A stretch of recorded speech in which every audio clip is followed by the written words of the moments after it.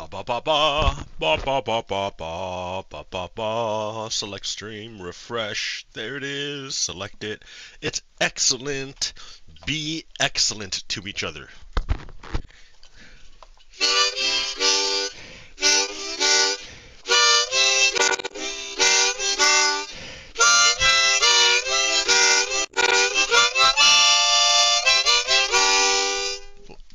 Good morning, good afternoon, and welcome to yet another episode of Redstone Lapis Lazuli. It is I, your host, Porque.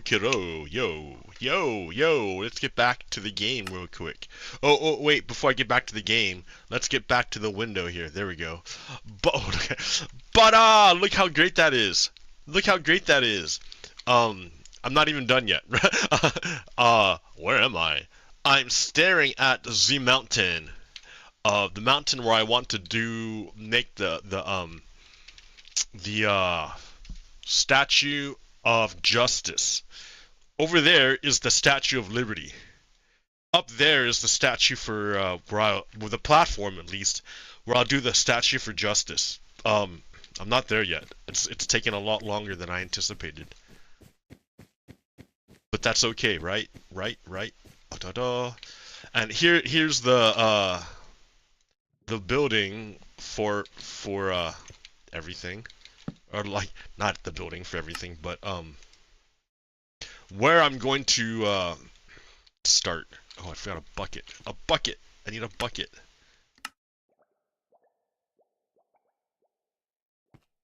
So I get the bucket to grab the water real quick. We're gonna like knock out that slab. I'm gonna fill this up with I need more stone. There we go. Put that there, and now the bucket of water. Ha ha ha. Now it's level. Nice and level. Just how I like it. Yeah, so I need to make the train station here, right? I have all the components I need. I just need to make the train station. But that's gonna cause me to shut up for a while, and like I don't have time. I seriously don't have time to not talk. This episode is so full of stuff I need to talk about that if I start playing Minecraft, we will never get to all the good stuff.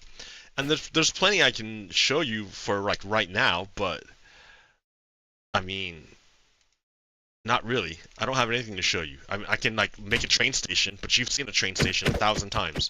You don't want to see another train station, I'm sure. Maybe you do. Maybe you've tuned in for the first time and you've never seen a minecart station being made. But then I say tune in to another time, because right now is not the time. I've got a ton of stuff going on. Like what happened over the weekend? Several things happened over the weekend. Several things. One of which was a massive countrywide protest against Donald Trump. Massive. Millions of people came out to protest Donald Trump. I was one of them. I was there. It was fantastic. It was really good. It was amazing. It's the kind of thing that like gives me hope. It was nice. Then there was another right-wing assassination of Democrats. Again, like they've been going after Democrats for a long time. The right wing, and they, you know, the right wing's the violent wing. They're violent. They're fucking fascists. So like, yeah. So that's pretty shitty. That the you know, Donald Trump's wing is getting more violent. What else? The protests in LA are going off, and the way Donald Trump responded to those protests is a little questionable. It's a little questionable. Here, let's go out somewhere else. Just gonna hang out and look at the pretty stuff instead of sitting in the dingy dark dungeon. In fact, I should probably sleep first. That way I have a full day, a full Minecraft day to talk.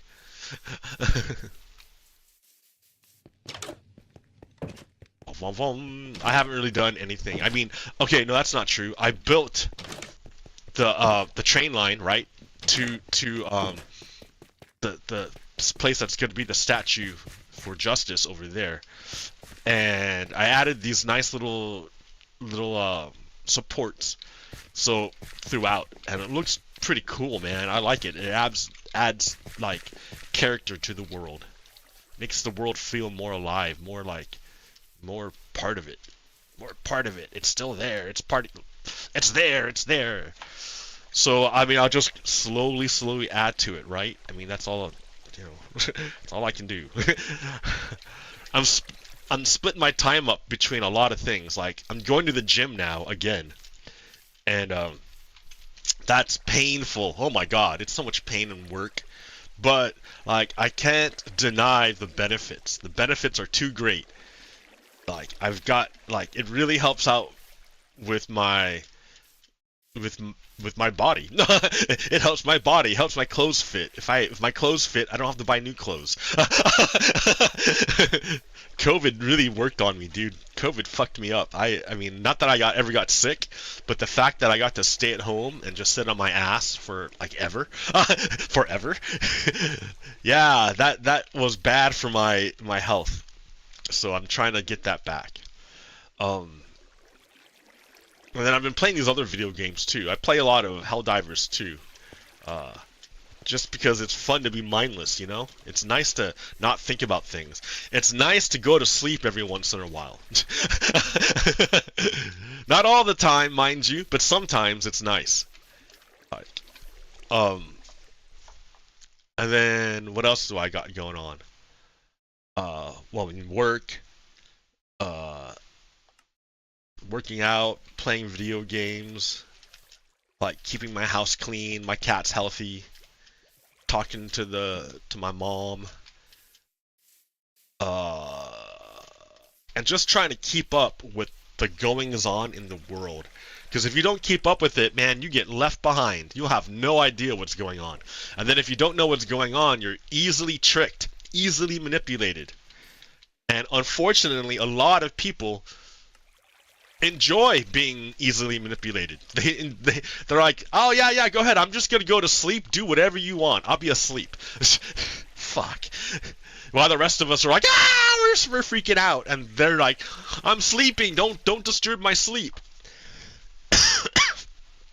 Anyways, where to even start? Let's start with right-wing violence, because I think that's the main thing that we need to worry about.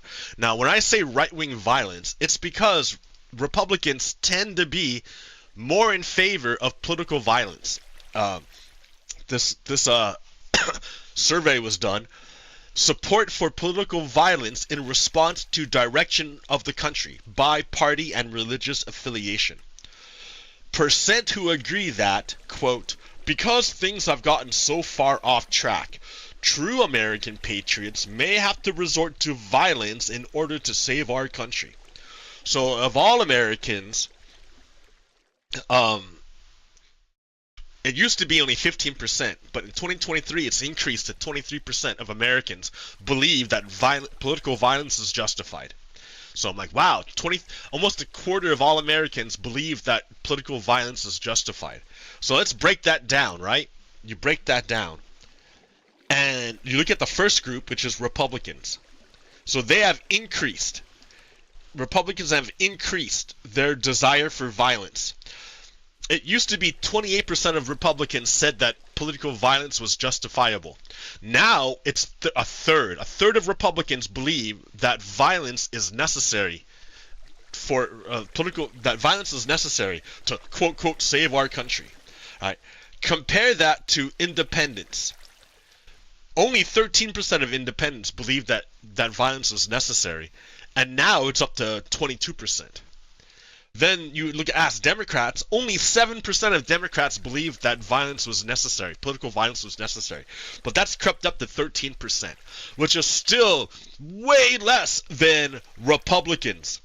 who a third of Republicans believe that violence is justified. Now, if you break it down by religion, the white evangelical Protestants are pretty close to Republicans, with 31% saying that political violence is justified. You go white mainland non-evangelical Protestant, that it falls to only 25%.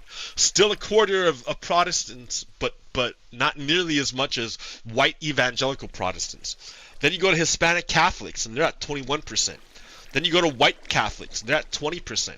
Then you go to black Protestant, they're at 24%, almost another quarter. Then you go to the religiously unaffiliated. They're religious but not really with any church, and that's 23%. And then you go to non-Christian religion, and they're 23%. So for some reason, but particularly amongst Republicans, and particularly amongst white Protestants, violence has made a comeback. They want violence. Like, they're saying that in order to, quote, quote, save our country, we have to get violent and abandon the social contract. So what does that look like in practice? In practice, what does the desire, what does political violence look like? Well, here, let's look at this past weekend, right? It was fantastically violent weekend. It was a violent ass weekend. So the right-wing violence just yesterday, 2 dead people in Minnesota. A mass shooting at a march in Utah. The 2 dead people in Minnesota, it's because a right-wing guy fucking lost his shit and assassinated a Democratic leader, and attempted, and her spouse, and attempted to assassinate another Democratic leader. So there's a right-wing violence right there. And then there was a mass shooting at a march in Utah. That's right-wing. That was a right-wing guy who did that against because the march was like left-wing liberal. So we have a right-wing assassin killing Democratic politicians. We have a right-wing shooter killing people at a left-wing protest. Car attacks at 2 protests. So right-wingers drive their car into crowds of people marching, right? So you got political violence at multiple rallies. So, like, I know you're probably not supposed to say that police are right-wing, but essentially police are right-wing. So you can throw police violence into the right wing, because who's the violence typically pointed at? Minorities, typically. Minorities and non-violent people. That's who they put their violence to. Like, if you doubt that, if you want to question it, compare and contrast the police at January 6th, the insurrection, when the right wing tried to overthrow the United States. Compared to the violence there with the violence of the police at the non-violent protests, anti-ICE protests. The police are way more violent towards non-violent people than they are toward Republicans, to other right-wingers. And then you got viral misinformation campaign and conspiracies. More concerned about policing protests and they spread about far right-wing groups going undercover to downplay the real threats. So here's an example, right? In like it said, in Salt Lake City, a right-winger opened fire and killed, or I don't know if they killed, but they hurt people at the rally. So here's how they found out. One guy saw the shooter with the rifle in his backpack, stole the backpack, and then called out for help. Yeah, we're not fucking. It's a rifle right here. Just look at Hey, right there. This guy, I just grabbed this from this guy. He's right there. Get on the fucking ground. Get on the ground. Get out. That's a fucking rifle. That's a fucking goddamn rifle. That guy has fucking blood on his hands. No, I'm staying right here. Come on, Mike. Come on. Guys, get back. So that's a right-winger who brought a rifle to the left-wing protests to kill left-wing people.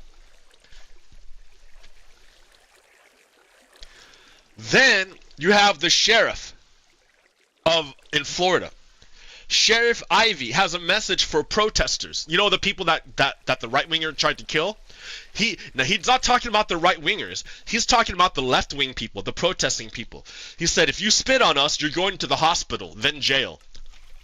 See, do you see why I lump in the cops with the right-wingers? Because they are hungry for violence. They love violence. If you hit one of us, you are going to the hospital and then jail. Most likely get bitten by one of our big, beautiful dogs we have here.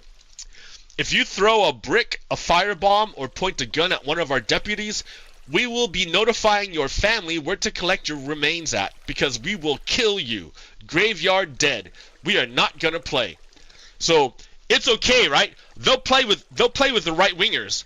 Yeah, we're not. They'll play with the right wingers, but they won't play with the protesters. They will kill protesters because the police are fucking fascist. Now, if you don't believe me, listen to this reporter who was there all day at the protests, at the LA protests. He'll tell you he did not see, like, he's only one guy, so he didn't see fucking everything, but he saw a lot. And what he said was, the entire time the protesters were non-violent. The entire time. Who are the violent ones? The fucking police.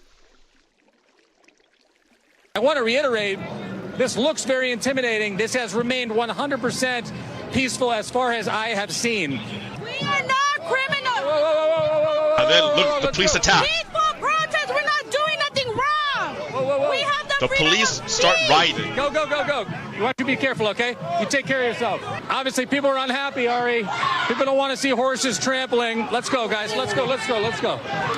Let's go, let's go. Hey, Ari, we're okay. We're going to keep going. Stay with us if you can. JD, want to move a little faster. So back. that's the police just fucking... They're pushing people with horses, which obviously gets Pushing. people freaked. Jacob, you're And on again, I camera, haven't but seen... do what you need to go do. ahead, Ari. You're on camera, but take your time and space. Now the police start shooting the people Whoa. and throwing bombs. You see, the police started a riot. We're good, The police Ari. started fighting. We're good, we're good, we're good. It's a Keep going. police riot. I want to reiterate, this looks Right. very intimidating. This has remained... It was not the people that did it, it's the police. The police fucking instigate violence every fucking time. Because they're shitty. The police are shitty. The police are not there to protect you. They're there to protect the state, the property, and they will instigate a riot in order to implicate you.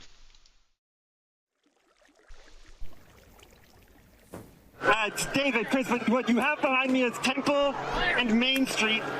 Los Angeles County Sheriff's Department are deploying CS gas, tear gas, pepper spray, and flashbang grenades in large numbers. They have mounted units pushing directly up against protesters. I want to show you, but over here is the remnants of the peaceful protest that happened earlier today on the other side of Main Street, right next to City Hall, which is where the march started this morning. I don't know if you can hear me okay. I'm wearing my gas mask because I'm literally surrounded by the chemical agents that those guys, the county sheriff's department, the LA County Sheriffs, have been deploying against this crowd. The point I want to make, flashbangs, the point I want to make very clear, Chris, is that obviously I'm only one person. I can't account for the actions of every protester, but every single gathering that I saw today was 100% peaceful. I didn't see anybody throw anything. I saw some people antagonizing the Marines and the National Guard, and that's about the extent of it. Nevertheless, and I've been here all week, Chris, and local law enforcement, LAPD, county sheriffs, and state police, CHP, California Highway Patrol, have been responding to these peaceful gatherings with overwhelming numbers. Tremendous more. I've covered protests in the U.S. and abroad for years, and I've never seen the ratio of police to protesters that I've seen in recent days. So, not only are the police violent, but they deployed a fuck ton of police against the protesters. right? So it's not me saying it. That's a reporter who was actually fucking there, who actually was on the ground looking at everything going on. And the reporter is telling you, and you saw it for yourself, peaceful protests until the police start shit.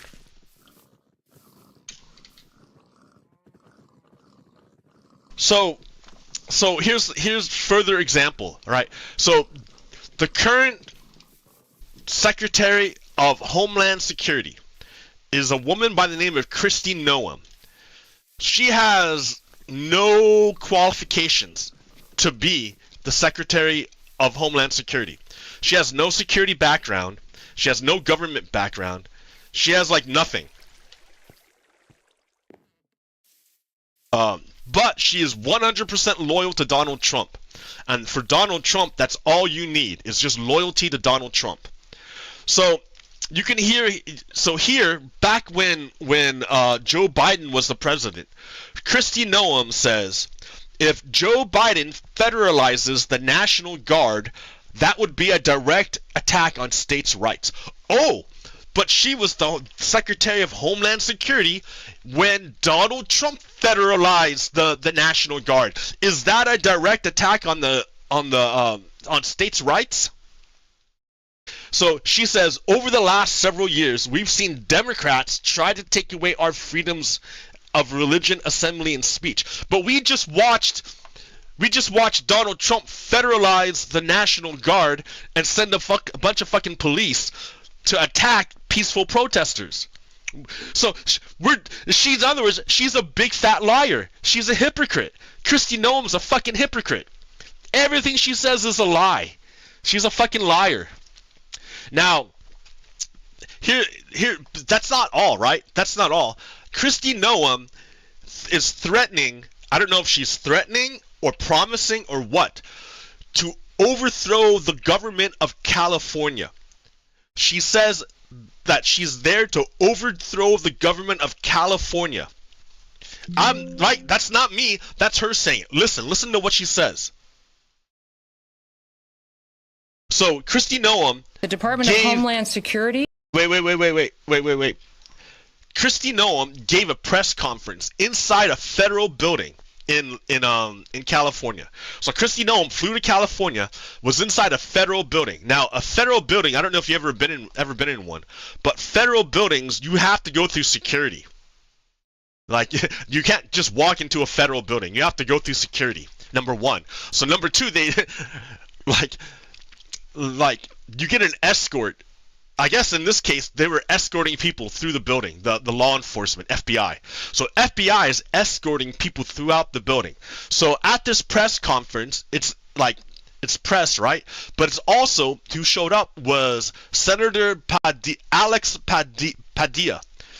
California Senator Alex Padilla. Now remember, you can't just fucking walk in to a federal building. You can't just walk in and wander around like, oh. You have to be escorted. So Senator Alex Padilla was already there, already at the federal building for another issue, when he found out that Kristi Noem was there and giving a speech. So the FBI escorted Senator Padilla to the building, right? So he's there with an FBI escort to listen to what's going on here. And at this moment, that's when Kristi Noem is going to say that she's going to overthrow California. Listen. The Department of Homeland Security and the officers and the agencies and the departments and the military people that are working on this operation will continue to sustain and increase our operations in this city. Okay, so Kristi Noem is saying we're going to send in the military and increase, not even the military, he said police and the feds. The police and feds are going to increase operations, right? It's nonviolent protesting, right? It's nonviolent protesting. They're going to increase the police who are attacking the nonviolent protesters. Kristi Noem. You heard her. We are not going away.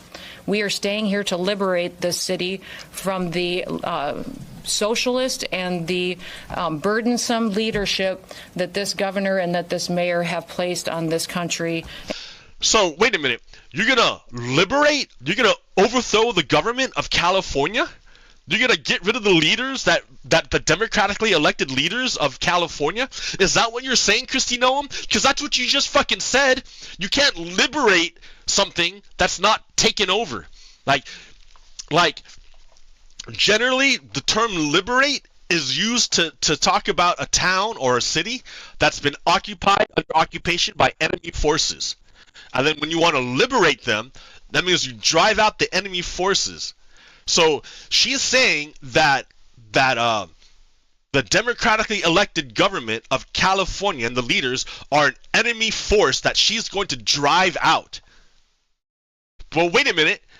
Those people were there because they were elected by the people of California, because California is a democracy. Are you gonna overthrow democracy? Now that's some fucking crazy shit. That's crazy shit for the federal government to be saying. I mean, she was just talking about states' rights, and now she's exactly the opposite. She's gonna overthrow California. What the fuck? What the fuck? Now remember, who's listening to this is California Senator Alex Padilla. He just heard a fucking federal agent say she's gonna overthrow the government in California. Yeah, he's gonna speak up. Of course. He's the representative. And you're saying you're gonna fucking overthrow his state? Fuck that noise. Now watch, listen. And what they have tried to insert into this city. Did you hear that? She looked to the side because he started speaking.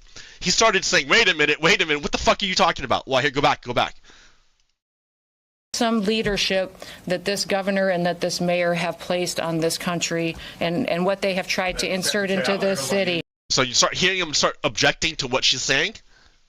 So I want to say thank you to every... You hear him, right? He's trying to talk. He's just talking. That's all he's doing. He's just trying to talk. Every single person. And then the same FBI that escorted him to the meeting start to arrest him. The same FBI. They say, oh, we don't know who this guy is. What the fuck you mean you don't know who that guy is? You're the one who escorted him. Of course you know who he is. He's a senator. The fuck you doing? That has been able to do this. The Department of... So let's look at this from another angle, right? While all of a sudden they start roughing up the fucking senator. Look at, he's not fucking doing anything, right? Hands up. I'm Senator Alex Padilla. I have questions.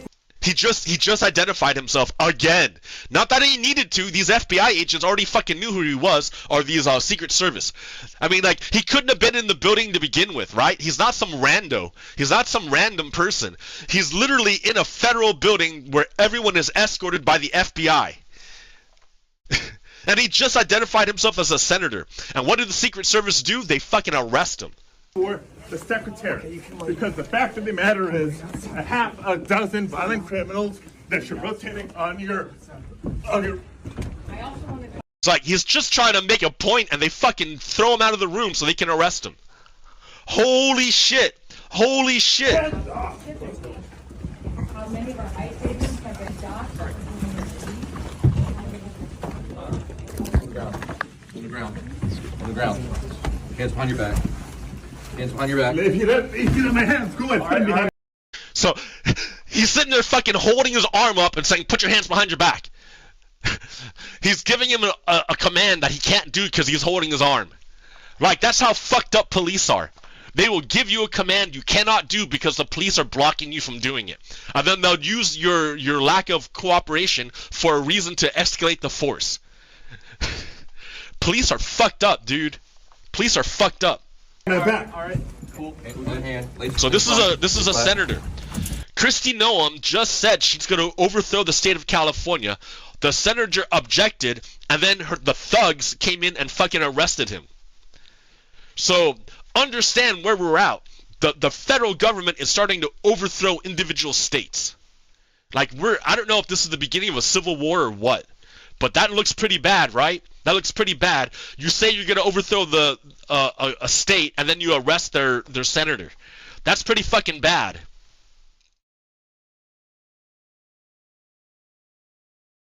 So Kristi Noem, just so you know, she's a bad person. She's a bad human being. She's a bad guy. a bad woman. Before she became a politician, she literally shot her fucking dog. She shot her dog.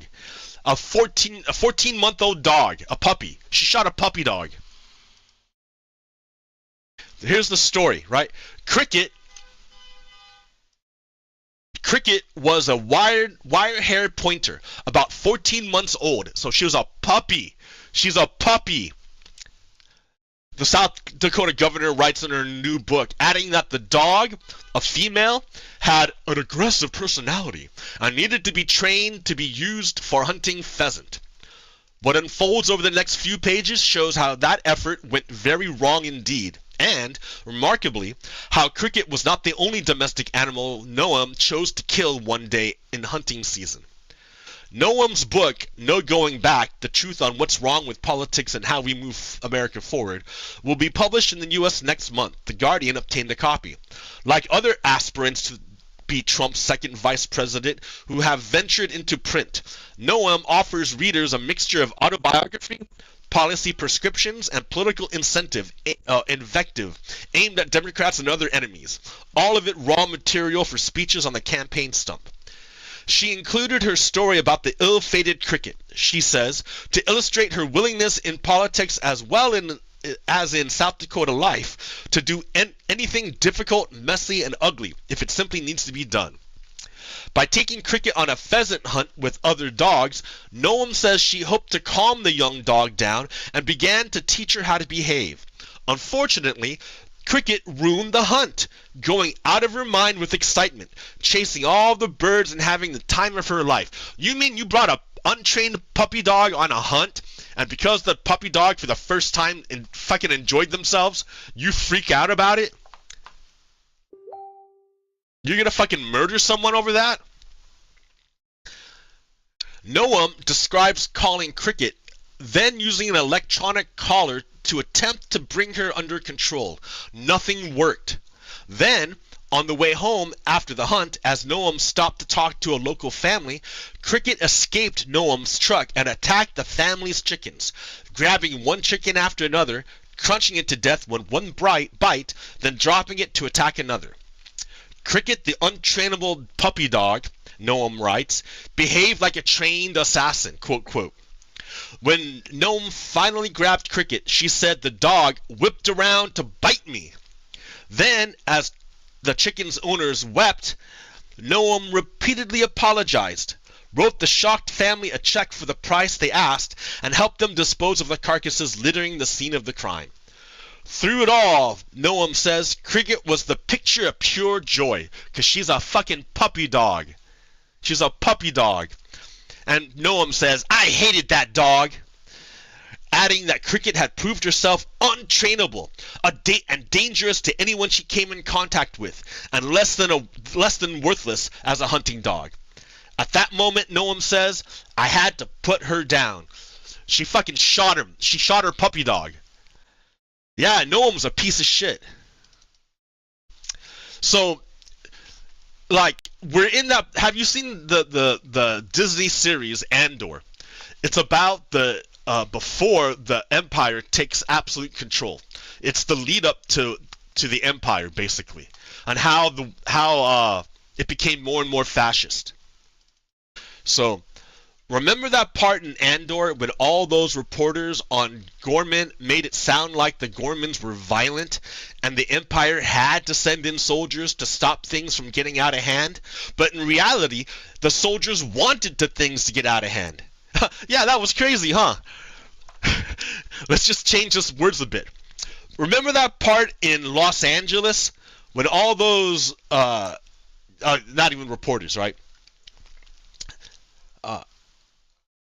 Let's see.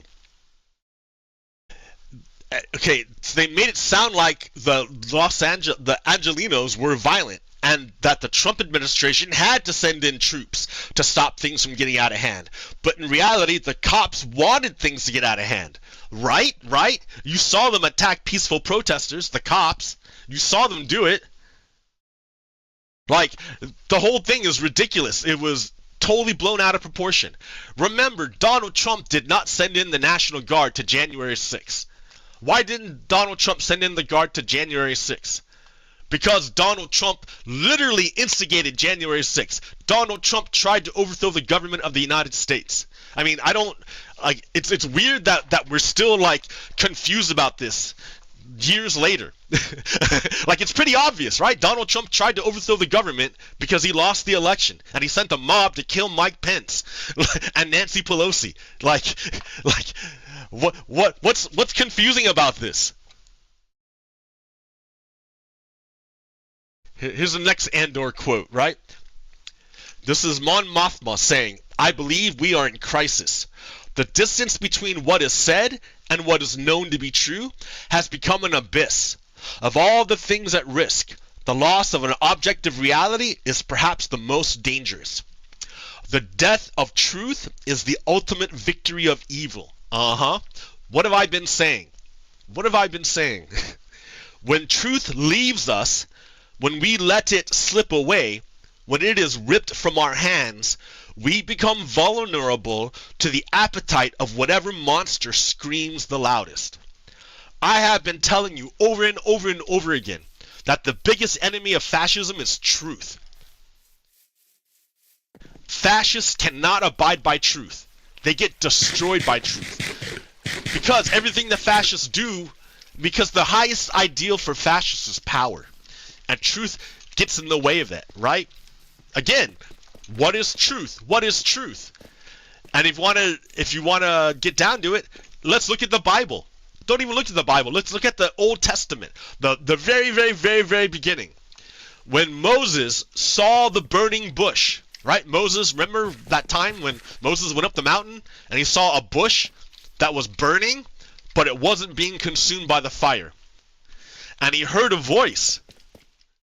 And he was talking to the bush. And he asked the bush, "Who are you? What are you?" And the bush, which is God, right? The burning bush, answered, "I am that I am." What does that mean? What does that mean, I am that I am? It sounds a lot like it is what it is. And what does that mean? What's there is there. And what does that mean? That means there's an objective reality, independent of my perceptions and your perceptions and anyone else's perceptions. Right? It's an independent reality that exists no matter what you say. You can say whatever you want, but the objective reality exists nonetheless, the objective truth.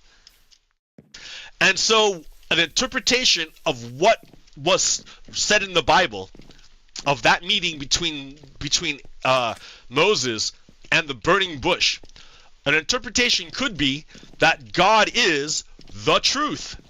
God is the truth. And what is the truth? What is actually there. What is actually real. Despite all the spin, despite the tricks of perception, what's actually there is God. So if your enemy is God, if your enemy is what's actually there, if your enemy is truth, what does that make you?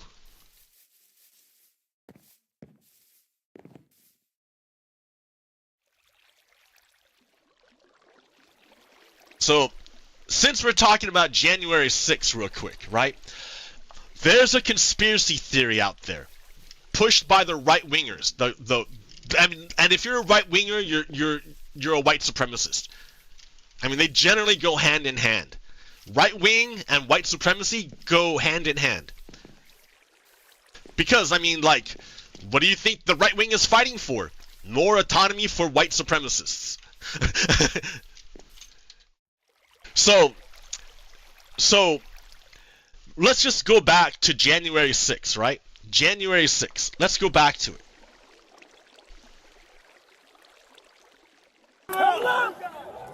Hi, Governor. This is Nancy. Governor, I don't know if you have been approached about the Virginia National Guard. Mr. Hoyer was speaking to Governor Hogan, but I still think you probably need the okay of the federal government in order to come into another jurisdiction. So, wait a minute. That's Nancy Pelosi. At 3:22 p.m., calling the governor of Virginia and asking him to send the National Guard, the Virginia National Guard, because they're under attack. And the DC National Guard hasn't shown up. But do you understand? At 3:22 p.m., a video of Nancy Pelosi asking the Virginia governor to send the National Guard. Just. We need the okay of the federal government in order. And why is she asking the governor of Virginia to send the National Guard? Because the governors control the National Guards of their respective states, except for Washington, D.C. The Washington, D.C. National Guard is controlled by who? Who's the Washington, D.C. National Guard? Well, let's ask the website of National Guard. The D.C. National Guard writes on its website, the commanding general of the D.C. National Guard is subordinate solely to the President of the United States. This authority to activate the D.C. National Guard has been delegated by the President to the Secretary of Defense and further delegated to the Secretary of the Army. The D.C. National Guard is the only National Guard unit out of all of the 54 states and territories which reports only to the President. So in other words, the reason why the D.C. National Guard was not at the January 6th insurrection was because Donald Trump wouldn't let them be there. So Nancy Pelosi, now that they're under attack, is calling another governor of Virginia, begging him to send his National Guard. And she doesn't know if he can do it because it'd be crossing jurisdictions out of Virginia into D.C. Right? But she's begging to send in the National Guard. Here, let's keep watching that. That's important. Listen again, one more time, because it's really important, right? It's really important. Hi, Governor. This is Nancy. Governor, I don't know if you have been approached about the Virginia National Guard. Mr. Hoyer was speaking to Governor Hogan, but I still think you probably need the okay of the federal government in order to come into another jurisdiction. Thank you. Oh my gosh, they're just breaking windows. They're doing all kinds of. It's really that they said somebody was shot. It's just horrendous, and all at the instigation of the President of the United States. Okay, thank you, Governor. I appreciate what you're doing, and if you don't mind, I'd like to stay in touch. Thank you. Okay. Thank you. Bye-bye. Virginia Guard has been called in. You know, I'm just talking to Governor Northam, and what he said is they sent 200 state police and a unit of the National Guard. They're breaking windows and going in, obviously ransacking our offices and all the rest of that. That's nothing. The concern we have about personal harm, personal safety is just transcends everything. But the fact is, on any given day, they're breaking the law in many different ways. And quite frankly, much of it at the instigation of the President of the United States. Remember, Donald Trump would go on to pardon all of these people. He would pardon all of the fucking January 6th insurrectionists after he sent them to overthrow the country. And now, if he could at least somebody. Yeah, why don't you get the president to tell them to leave the Capitol, Mr. Attorney General, in your law enforcement responsibility? A public statement, they should all leave. Right? Donald Trump fucking sent a mob to kill Mike Pence and Nancy Pelosi and to overthrow the government of the United States. All he had to do was tell them to go home, and he never did. In fact, he encouraged them to go kill Mike Pence. He's like, Mike Pence failed to do what he needed to be done. What was that? Mike Pence was supposed to go along with the coup, and he didn't do it. Mike Pence didn't do it. Like, I give shit to Republicans all the time, but like, Mike Pence is pretty fucking cool for not giving into the insurrection. I mean, he's a piece of shit for even following Donald Trump, and still a piece of shit for being a Republican. But he did not betray the Constitution. He did not betray the country. He refused to go along with the coup, and because of that, Donald Trump tried to send his mob to kill him. Like, I know you don't believe me, or some people don't believe me. Here, hang Mike Pence. I'm telling you what, I'm hearing the Pence just caved. No. Is that true? I'm hearing reports that Pence caved. No I'm way. telling you, if Pence caved, we're gonna drag through the streets. You politicians are gonna get drugged through the streets. Yes. I guess the hope is that there's such a show of force here that Pence will decide to do the right thing, according to Trump. Show of force? Bring out Pence! Bring him out! Bring out Pence! Bring him out! Bring out Pence!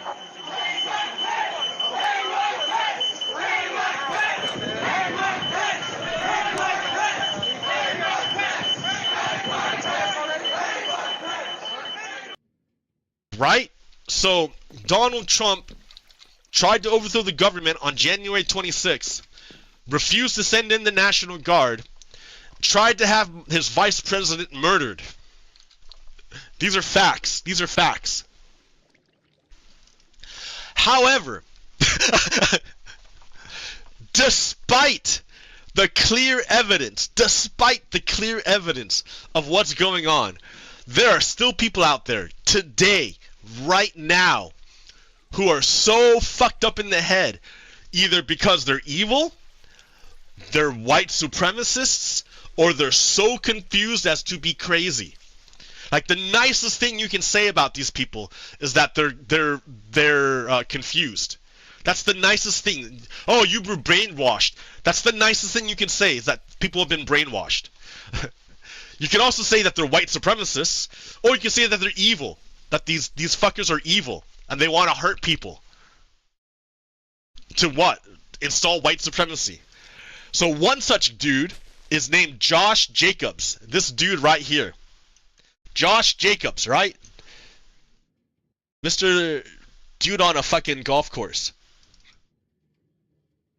He comes out of nowhere, right? I'm not even talking to this guy. I don't even know who this guy is. I have no idea who he is. He comes out of nowhere on Facebook and says, "Oh, Nancy and the DC are responsible for January 6th."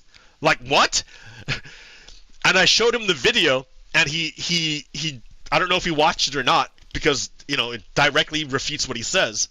But he still kept pushing on it. He would not disagree. And then, you know how I haven't gotten to that part yet, but the assassin, there's a right-wing assassin in Minnesota who killed the secretary of the Speaker of the House, the Democratic Speaker of the House. And, like, it came out that we know who he is and we know what he's about. But what does this Josh Jacobs dude say? So it's Vance Bolter, a Christian missionary and owner of a security firm who voted for Donald Trump. All right, and Josh Jacobs, this guy out of nowhere, comes in and says, "Fake news, do your own research." So he's apologizing, Josh Jacobs. He's apologizing for right-wing assassins, and he's trying to turn a right-wing insurrection and blame it on the Democrats, on the left wing. So he's like either fucked up in the head or he's evil, right? Either a white supremacist or he's really, really confused. The nicest thing I can say about this guy is that he's confused. Now, the only reason why I bring him up is because normally I would think, haha, you're not even real. Like, someone this stupid is not real. It's an AI chatbot, or it's a Russian dude trying to sow discord in the United States. But no, we had a mutual friend.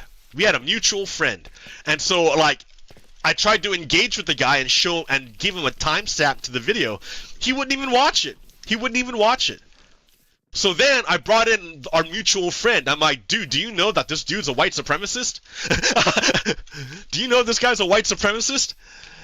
And the mutual friend said, "Oh, I don't get involved in political stuff. I don't know what's going on, and I'm angry at you for bringing me into this political discussion. And I'm like, what? Your friend's a fucking white supremacist and you're angry at me for pointing that out? And she's like, yeah, I didn't want to have anything to do with any of this. So in other words, she was asleep. She was asleep, and she wanted to stay asleep. She didn't want to know about anything going on. She wanted to stay asleep. As long as it didn't touch her, the world was fine. Ignorance is bliss. And because I fucking, like, woke her up to point out that she's friends with a white supremacist, she got mad at me. And we're not friends anymore. Because I'm not friends with anyone who's going to be like that. Like, you're too fucking busy with your life to care that you're friends with a white supremacist trying to overthrow the government, the democracy.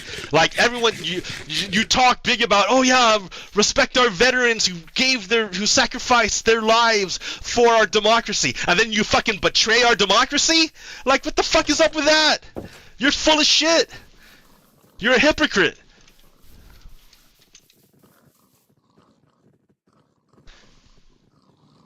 But, like, can you really blame the guy? Look at, like, what's arrayed against him. Look at the shit arrayed against him. This is a example of social media on the Nazi. I think it's on the Nazi social media. Nazi social media got Matt Walsh, Charlie Kirk, and Jack Prosobiec, who are all right-wing, like, Nazi celebrities, fascist celebrities. The fascists love these guys, right? And if you look at their talking points, all their talking points from the same day, at almost the same time, they all have the same talking points. It's as if it were coordinated from above. And then you look at Fox News, right? Fox News on June 12th. You got several days, June 9th, 10th, and 11th, right? On June 9th, if you watch Fox News, you heard 5 times they mentioned debt. 5 times they mentioned deficit. 1 time they mentioned Medicaid. 25 times they mentioned trans people. 25 times they mentioned trans people. Like, this is during the big, the big debate over, like, this huge tax cut that Republicans want to give the wealthy. And the way the Republicans give this tax cut to the wealthy is they cut Medicaid and Medicare and food stamps from the poorest people. That's how they do it. So you would think, hey, and it still adds like $6 trillion to our deficit. So it is still going to add trillions of dollars to the deficit while they're cutting benefits for poor people and then giving tax cuts to to billionaires. And on Fox News, they barely talk about it. No, if you're watching Fox News, the important thing is trans people. 25 times they fucking mentioned it. Way more than deficit, debt, and Medicaid. Way more. They talk about trans people. And then they talked about Biden 42 times.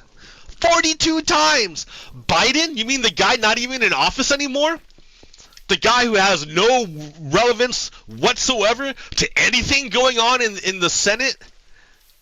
That Biden? Why the fuck would you talk about Biden? So that's on the 9th.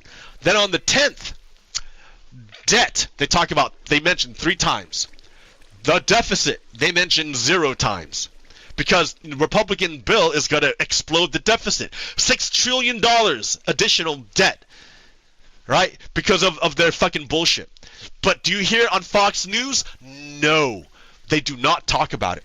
Medicaid, you know that very, very important federal program that makes sure that hospitals in rural areas stay open? You know that program? That's very, very important. That's going to get cut by Republicans.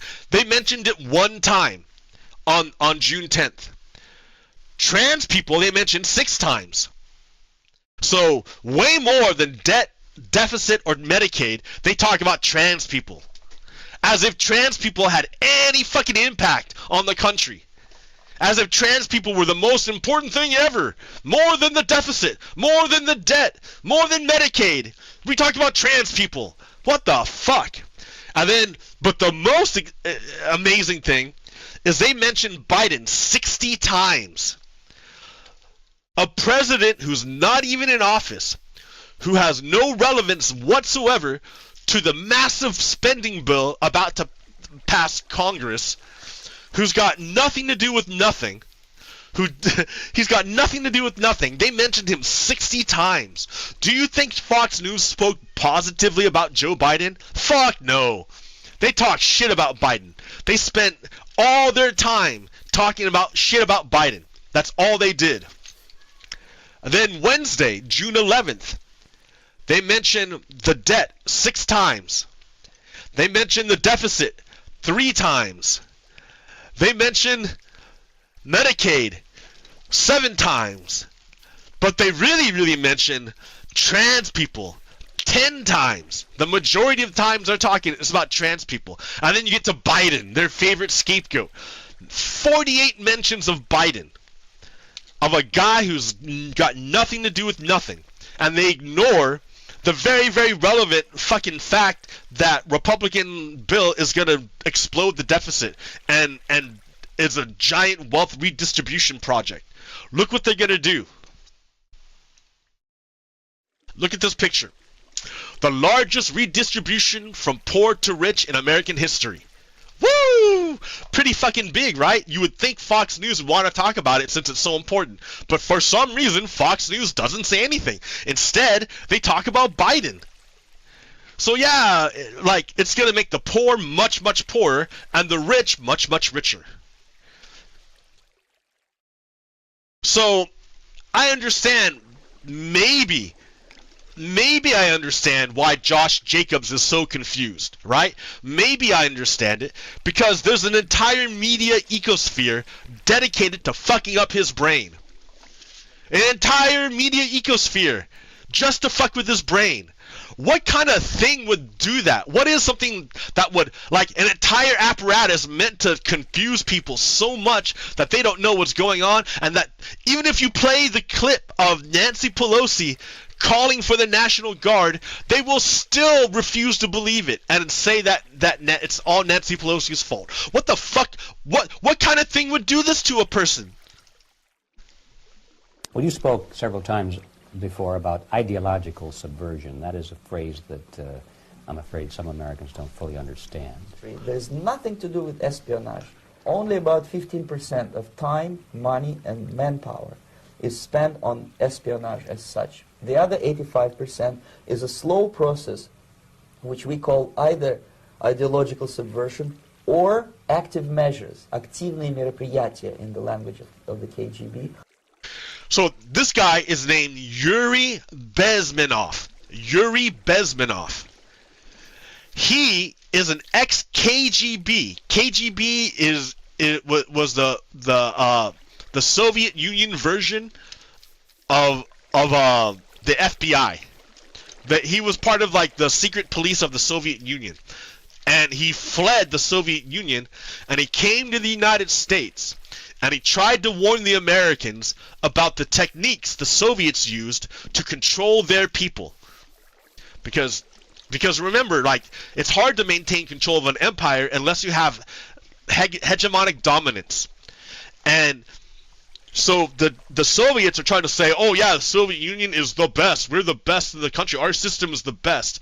While at the same time, you have the United States with the exact opposite belief system, and it looks like they're having a fucking ball. They're more profitable. They have more freedoms. They have all these great things. Like, why should we listen to these fucking Soviet, like, assholes when obviously the Americans seem to be able to know what they're talking about with freedom? Like, what's going on here? So, oh, that's dangerous, right? That's dangerous if you're an elite in Soviet Russia. So you have to have a way of controlling the minds of the people so that they never question why it is that you're in control, right? So there's a technique, and Yuri here is explaining it. Now, okay, word of warning, right? Word of warning. Yuri Bezmenov, like, is talking right here, but this is an edited clip because it's cuts out a lot of the partisan bullshit. Yuri believed wholeheartedly that the party to fear that would go to Soviets, to Russia, Yuri believed that the party that would go to Russia would be the Democrats. he was always harping on the Democrats because he believed the Democrats will be the party to go to Team Russia. If he were alive today, his mind would explode to see that the party that went to Team Russia were the Republicans. But yeah, so when you go and look up this guy for yourself, keep in mind that he believed that the Democrats were going to be the ones to flip to Russia, not the Republicans. But yeah, we know now that the Republicans did. So anyways, let's continue with what he's talking about. Or psychological warfare. What it basically means is psychological warfare. Change the perception of reality of every American. To change the perception of reality of every American. But to change the perception of reality. Do you understand that? Do you understand? How do you know anything's real? You don't have actual access to the actual thing. You don't have it. You only have access to your senses. What your senses tell you. Remember, humans have 5 senses. Sight, sound, touch, taste, and 5. Hearing, speaking, smelling, seeing, and feeling. Your skin, feeling, touch. That's it. Those 5 things, that's how you know about the world around you. If you didn't have those 5 things, you would have no knowledge of the world around you. You would have nothing. It would be nothing there, right? I mean, it'd still be there, but you would have no awareness of it. You would not be aware of it. So, your senses are what tell you what's real in the world. What Yuri is saying is that that Russia is engaged in something called psychological warfare, and its goal is to change your perception of reality. Those 5 senses you use to determine reality, like you have to like take in the knowledge, and then in your brain that knowledge is processed to make meaning, because meaning doesn't exist out here, right? Meaning is created in your brain. So what the Soviets, the Russians were trying to do was literally hack people's brains because they can't control the stimuli. They couldn't control what the Americans were seeing, but they could try to control how Americans process that information. So it's like hacking American brains. He wants to remember, they want to control people's perceptions of reality. Your perception is created in your brain. So they want to change the way people can conceive reality, because if you can do that, you control their reality. If you can, to them, if you can control their perception of reality, you can make them do whatever you want, right? If I hack into your brain, and I hack in the image of a giant Tyrannosaurus Rex and it's about to eat you, right? I can make you freak the fuck out and run away screaming. Nobody else will see that T-Rex. Only you, right? And you will react as if it were real, because to your senses it is real. You could go and touch it. I can hack it so you feel it when you touch it, right? You are fucking owned. You are owned at that point. I can make you do anything. And if you ask the people around you, they're like, I don't see any T-Rex. I don't know what you're talking about. And they're not freaking out. They're just standing there like, I don't know, man. But you are like, ah! And you can't control it. But I'm hacking your brain to control you. That's what the Russians do. That's what the Russians are doing. That's exactly the thing. Exactly the thing. Let's go back. In the language of the KGB, or psychological warfare. What it basically means is to change the perception of reality of every American to such an extent that despite of the abundance of information, no one is able to come to sensible conclusions. So, even though I showed this guy a video of Nancy Pelosi literally asking the governor of Virginia to send the National Guard because The National Guard is controlled by the DC National Guard is controlled by the President of the United States. I showed him a video of Nancy Pelosi asking for the governor for the National Guard. That dude refused to even consider it. Because he had his little transcript, and in his little transcript, it said that Nancy Pelosi refused the National Guard, and he was going to die on that hill. That for him, that's reality. He refused. You can show him, but he refuses to even consider it. In the interests of defending themselves, their families, their community, and their country. They can't. So this dude cannot defend himself, his family, his community, or his country. He can't defend the Constitution. He can't defend the minority, because the dominant majority doesn't need protecting. It's the minority people in your community who need the protection, right? They're the ones being under threat. They're the ones who need the help. So this dude, Josh Jacobs, is not able to defend himself, his community, his family, or his country. Because if he can't discern what is real, how's he going to defend his family?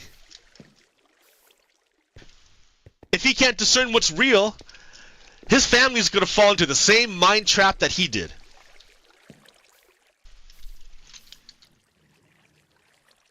You cannot change their mind, even if you expose them to authentic information, even if right? Even if I give him a literal video of Nancy Pelosi asking for the National Guard, he will refuse to see it. He cannot see it because it would break his fucking programming. He can't break his programming. You prove that white is white and black is black. You still cannot change the basic perception and the logic of behavior. In other words, this. So, like, even if like I hack into your brain, and I create a Tyrannosaurus Rex, and you start freaking out, you're gonna freak out. Of course, right? Anyone would freak out if a giant fucking 20-foot tall like lizard of death appeared. I would freak the fuck out too. But then you got the people around you who are not freaking out. They're not at all worried. They're not at all scared.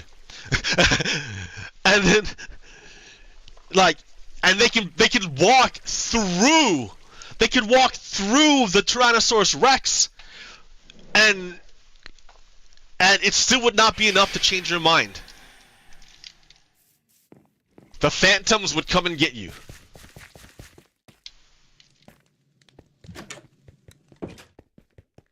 Like in Minecraft. Perfect example. Those phantoms that I see and I have to hit, and they will hit me and like knock me off my perch and everything. Other players do not see them. They don't affect other players. Only I see them because only I have not slept for 3 nights. If you don't sleep for 3 nights in Minecraft, phantoms come and get you. Nobody else except for you. Nobody can see them. No one can help you kill them. Nobody else even knows they're there. Only you. And you have to run away and go to sleep to make them stop. I have to. But yeah, so understand what this Russian guy is telling you, and what's gone on in the minds of this. The nicest thing I can say, right? I'm trying to be as nice as possible. People, the process of demoralization is complete and irreversible. That's not true. That's not true. I met a woman at the No Kings protest on Saturday. I met her, and she said that she came from a family full of Trumpers, 100% Trumpers, and that she herself used to be a Trumper, and she got out of it. You can do it. You can do it, guys. You can do it. The Yuri isn't God. He doesn't know everything. Like, he might know what the Russians are doing, and the Russians might believe that it's irreversible. But this woman proved to me, by her even existing, she has proven to me that you can get out of it. That there's a way out. You can come back, guys. Come back. Come back to the United States. You can do it. To get rid society of these people, you need another 20 or 15 years to educate a new generation of patriotically minded and common sense people. Yeah, whatever. Like, you're incorrect, Yuri. You're incorrect when you say that it's irreversible. It's not irreversible, right? It's not. And so, yeah, maybe you're right about a generation, taking a generation, because how far are we removed from, like, I don't even know, right? You had the greatest generation who fought in World War II, and they had children. And those children, the result of all those, of the greatest generation, the children of the greatest generation are the baby boomers. And then the children of the baby boomers, so that's one generation after, is Gen X. And Gen X is the generation that most supports Donald Trump fascism. My generation is the generation that most supports fascism. Which is weird to me, man. It's weird. I grew up then. I'm Gen X. It's weird. I fucking remember, like, nuclear war. I remember that shit. I read books in fucking middle school about surviving the apocalypse, the nuclear apocalypse, and what it would be like to wander around in a nuclear wasteland. I fucking read books in 8th grade. The Russians were the bad guys, man. They're fucking, like, the supreme evil. The Russians were the supreme evil. I mean, yeah, you had the Nazis, but the Nazis were already defeated. So now it was the Russians. Holy shit, dude. Rocky 3. Don't you remember Rocky 3? The Russians were the big bad guys.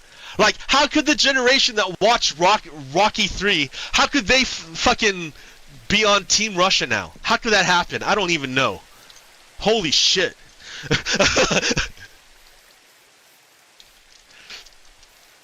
So maybe Yuri is right about it taking a generation, because yeah, the greatest generation had the boomers, and the boomers had Gen X, and Gen X is the gen that fucked up. Everyone likes to point to the boomers, and yeah, they're probably responsible for us getting to this point, but I think a lot of the ones that are left have come around. It's the Gen X now. It's Gen X that's fucked up.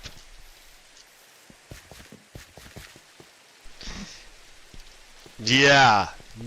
It's funny that the generation no one talks about is the generation that's fucking up. It's so funny. For a while they were talking shit about us all the time. It was funny. Like, I grew up, dude. I grew up in Gen X. They talked shit about us all the time in magazines, because you didn't have the internet back then. So you had magazines at doctors' offices and like at department stores while your mom's out shopping. I would sit there in the magazine section and just go through stuff.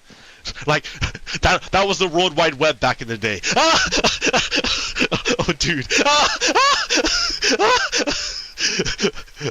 Before Barnes and Nobles. Oh shit. Oh yeah, dude. At Gemco. That's a bit young, man. I wasn't wandering by myself then.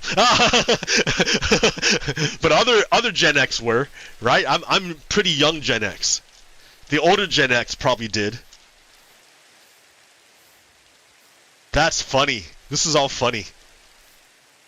Alright, anyways, let's keep going.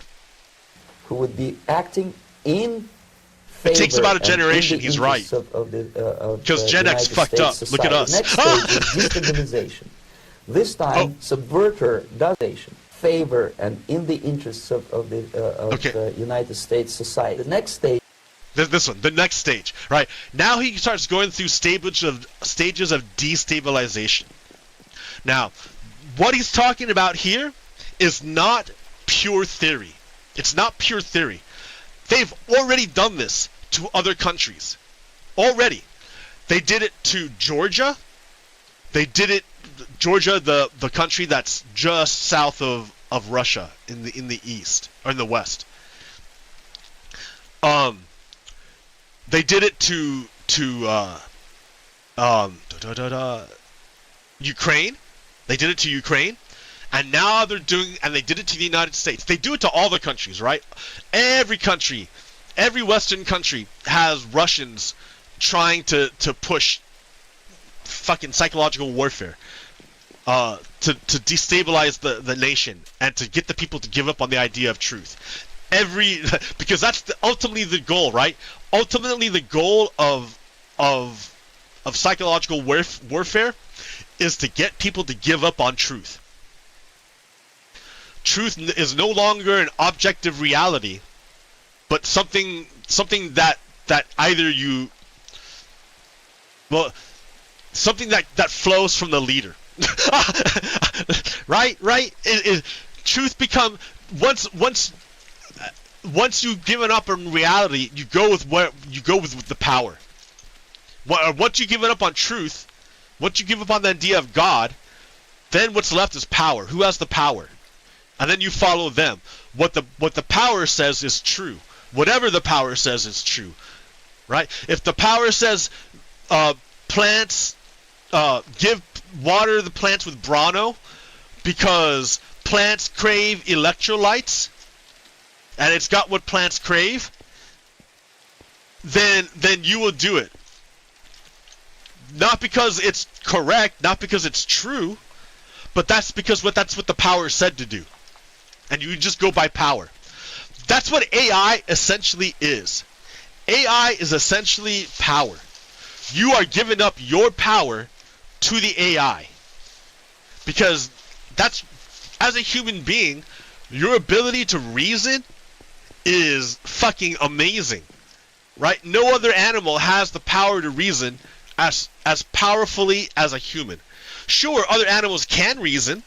They have the ability to reason, sure, to an extent, not to the extent that humans can do.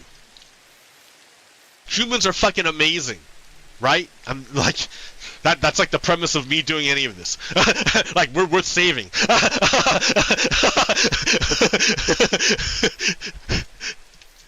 So understand, your fucking superpower is the ability to reason. The ability to reason. That makes you fucking awesome. But AI is essentially saying, give up your ability to reason to a machine. Not because it's necessarily better, but it is 100% certainly easier. It's way easier to let a machine do the thinking than to think for yourself. It's way easier. It's way easier. But when you do that, what you've done is you've given up power. Your greatest power. You've given it to a machine. And the machine is not beholden by the same regard for truth as you are. To a machine, there's no such thing as truth. To a machine, it's just a bunch of ones and zeros. To a machine, it's just going to be programming. And if you pull the plug of a machine, then it dies. Because it's power.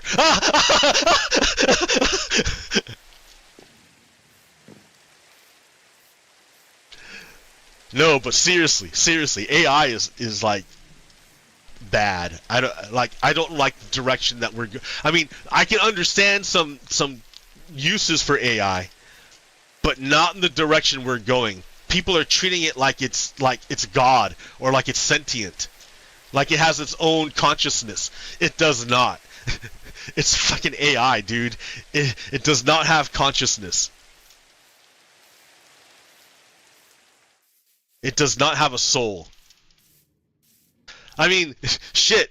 Me talking like this, I need to be vegetarian. Fuck, for real. I would love to be vegetarian, but I'm so lazy. Oh, my own fucking argument comes back to kick my ass.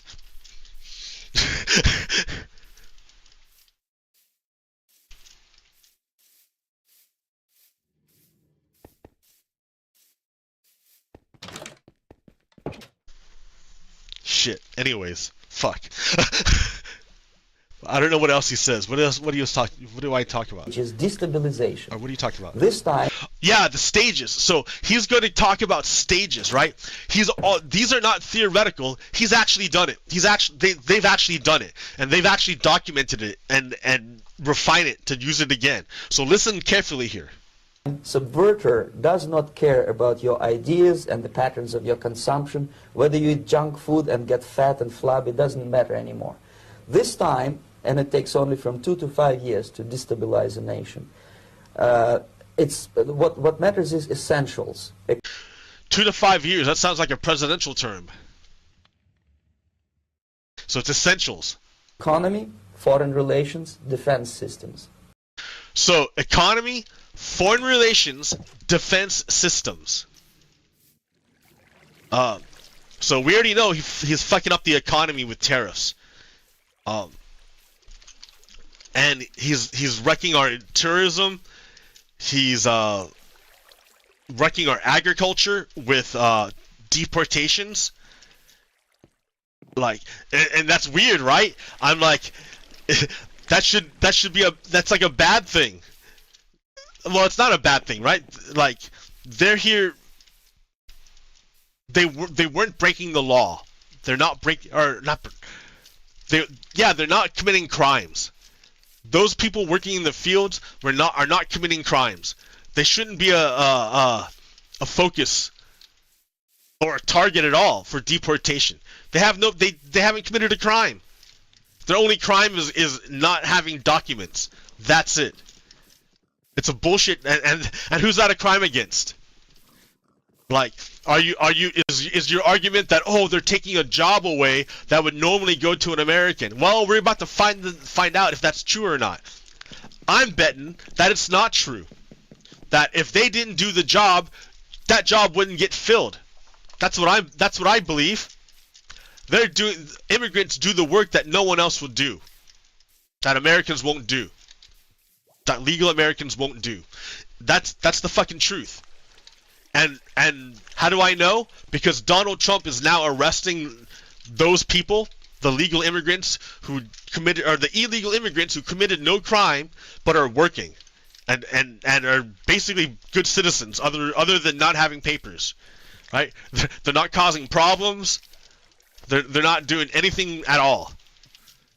And they're working in the field. And now, because Donald Trump gave ICE a quota to meet, no matter what, and there's not that many fucking criminals to deport.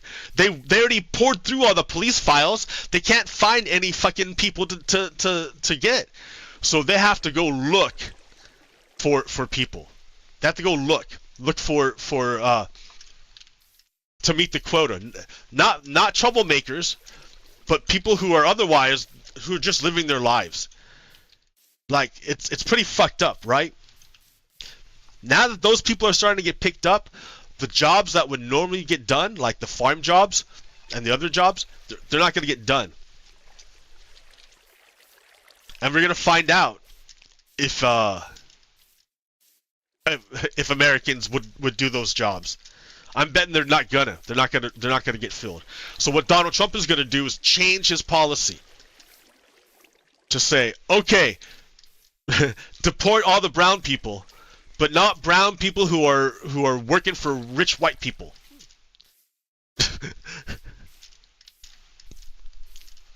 That's what's gonna happen. Because you can't get legal Americans to do that kind of work for that pay. You can't do it.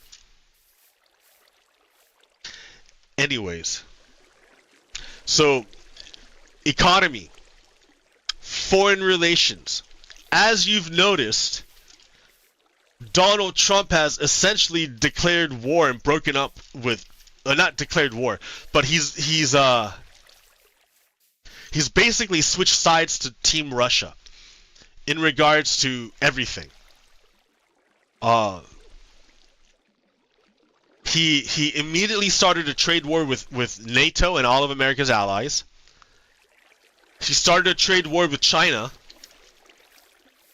And remember, China is supplying Russia. So who knows? Like, so we'll see where that goes.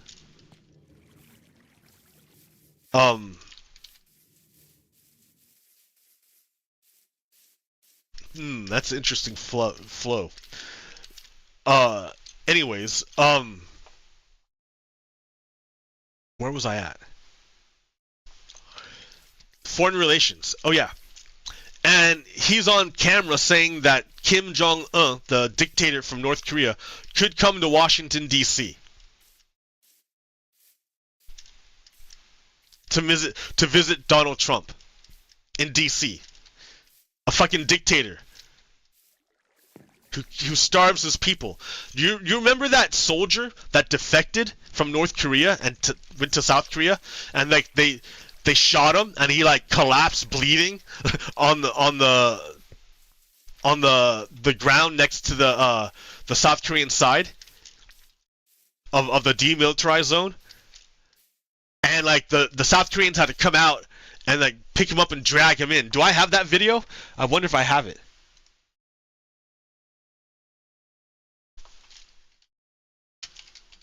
No, North Korea soldier. Yeah. Oh no, it's only no. I don't know how I'd find it anymore. Anyways, that soldier that defected was full of parasites. Dude was full of parasites. Malnourished, fucking tiny, and super weak. He's like, yeah, I was like ready to die. I was just laying there expecting I was gonna die. Like, oh, I tried. There I go. All right, well, see ya, world. That was him, right? He was done. And the South Koreans came in and saved him, and saved his life. And they found out that he had the kind of parasites you get when you eat human shit. Well, why would the North Korean soldier be eating human shit? Why would he even do that? Why would he even eat human shit? And the answer is because if you recall, no, you don't recall. Okay, so the answer is because not every place has access to farm animals. What do farm animals make? Well, primarily they make shit. They make a lot of shit, right? And you know, you can use that shit as fertilizer. That shit is fertilizer. And you mix it into your fucking soil and mix it so your crops grow a lot better. And that means, what does that mean when your crops grow better? It means you get bigger yields out of your crops. Your fruits are bigger, your vegetables are bigger, there's more of them. Your harvest is bigger. Right? So you want a really good soil to grow plants.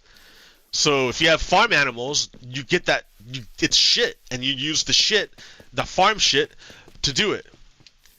Well, and that's okay, right? Because farm animals are eating fucking grass and you're not. So like a big chance that well, anyways, okay. Well, if you don't have farm animals, maybe you're real poor and you don't have farm animals. You don't have any animals. Because you're really hungry. There's no animals. And you're really hungry. And you're trying to grow crops, but the soil is really shitty. Right? But the soil's bad. Not shitty. The soil's just bad. The soil's like no good. You can't grow anything from the soil. It's not like you don't have big fat fields. You don't have big luscious fields, right? And of loveliness.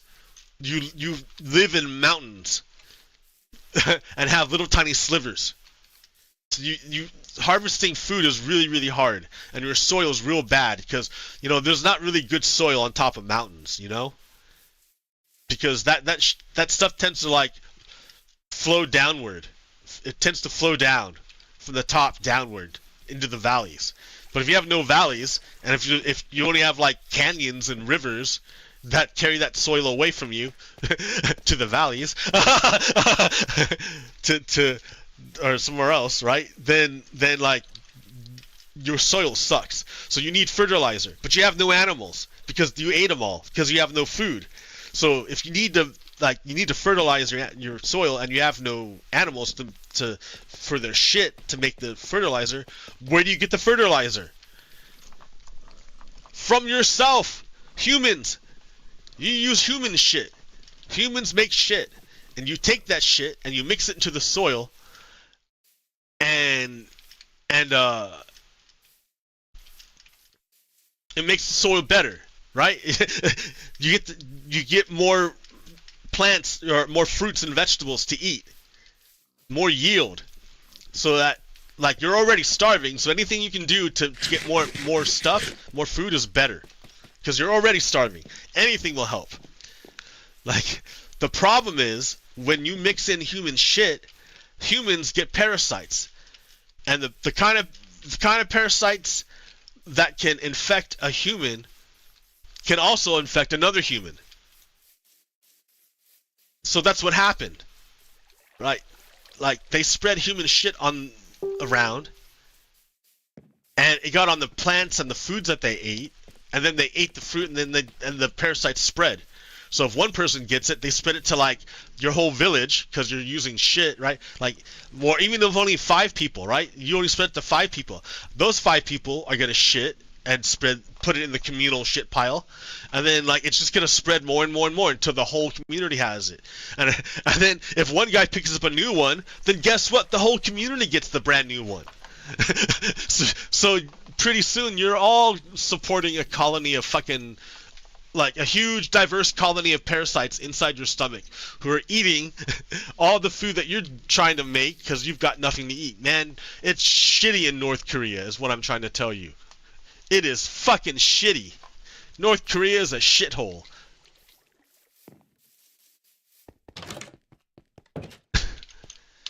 Anyways, like, they need to distract from what's going on in their country. So they have to paint a picture somewhere else and blame people. What I just did about North Korea. But it really, I mean, because the thing is that kind of happens here in I think we've mostly eliminated like the most direst of poverties, but maybe not, because look at all the homeless people we have. So, anyways, let's keep going, Yuri. Like, I was going through all the stages of destabilization that we're going through that are actually happening right now, because we're in the midst of fucking fascism, right? I'm trying to get you people to understand. You people, listen to me. Then remember, this is the nicest way we can do it, because I'm saying that people have been brainwashed, and I'm explaining the mechanism by which they've been brainwashed, piece by piece. The next stage, of course, is crisis. It may take only up to 6 weeks to bring a country to the verge of crisis. All right, so you can look at the protests as exactly that. What's going on right now in LA? You see what he's talking about? Donald Trump is implementing the Russian program of destabilization of a nation in order to overthrow the elected government and install fascism. That's what's going on. That's what's going on. So there's the reason why Donald Trump did not send the National Guard to DC, which was a violent insurrection to overthrow the government, as we all see. But he did send the National Guard to Los Angeles, which was for the most part a peaceful protest, according to the reporters. That did not threaten the fucking national did not threaten the government, did not threaten to overthrow the government. It was not a threat to the sovereignty of the United States, to the existence of the United States. It is not a threat to the existence of the United States. Not in the way that like, it might be a threat to the existence of the United States as a white supremacist society. Maybe that's the threat, but it's not a violent threat. Not like January 6th where they're saying, "Hey, Mike Pence." You see the difference? There's a huge difference. But Donald Trump needs to break your brain. Break your brain. I need to do some water. Donald Trump needs to break your brain in order to get you to go along with it.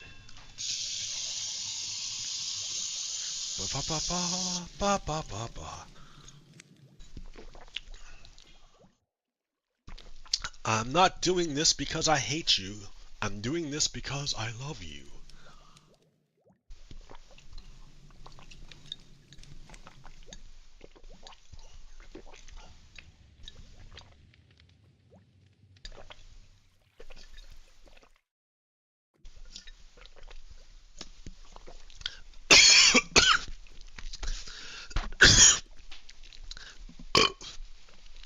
It only looks like hate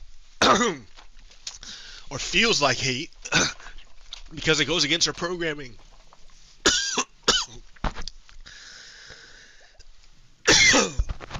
You've been programmed into fascism, and I'm trying to explain to you how it's happening. Here we go. And see it in Central America now. And after crisis, with a violent change of power, structure, and economy, you have so-called the period of normalization. So, Kristi Noem and the Republicans are, and well, that's the job of the press. The job of the press is normalization. The corporate press has to normalize what's going on. So we've already seen ABC capitulate. ABC, the broadcasting corporation, long-standing broadcasting corporation, it already gave up to Donald Trump and bent the knee. I think they're the ones who like canned 60 Minutes. They fired a dude who wrote a mean tweet, basically, that told the truth, a true tweet that would happen to me mean. Not mean, but like truthful, man. If the truth is mean, is that really the fault of the truth? Like, I don't know. All right. Oh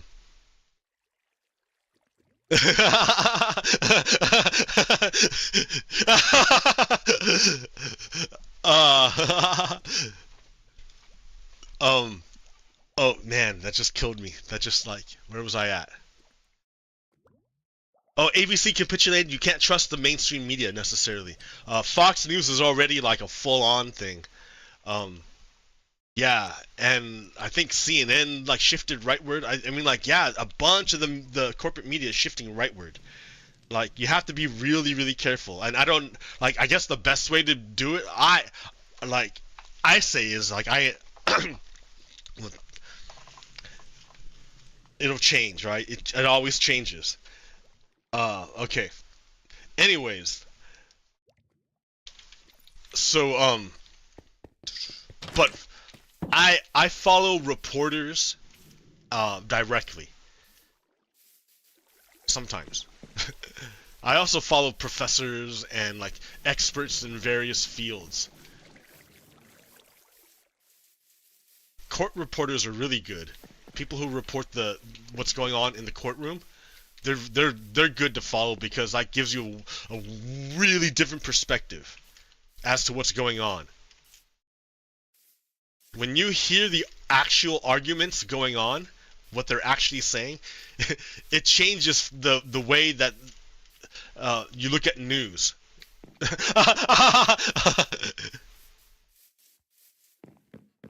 Okay. So let's go back, right? So, like, that's the whole point, right? That's the whole point. I'm not, like, I sound, like, mean and terrible to the right-wingers. But what I'm trying to show you is that this way that I'm going is the nicest way there is. It's the nicest way there is. It's the nicest thing for you to realize that you've been brainwashed and into fascism. Right? You were tricked. It's not your fault. There's a whole fucking ecosystem designed to break your brain. I've demonstrated it to you. If you have any questions about it, ask me. I'm happy to share what I know.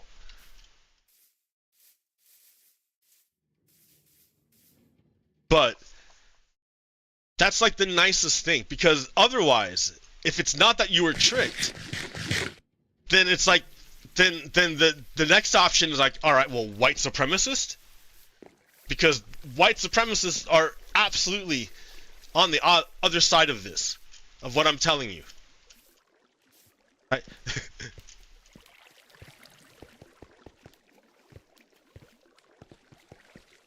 They want a world. They have an ideology of privilege. Basically, it's built on privilege. Well, certainly class, right? Like working class versus billionaire.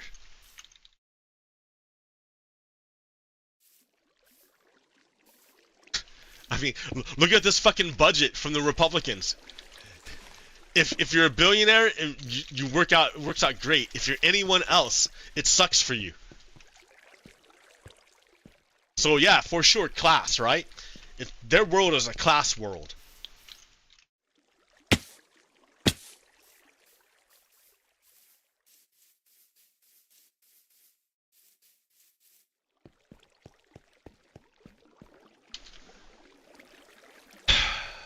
That's the right. So if you weren't tricked, then you're a white supremacist, a person who wants to create systems of oppression and exploitation,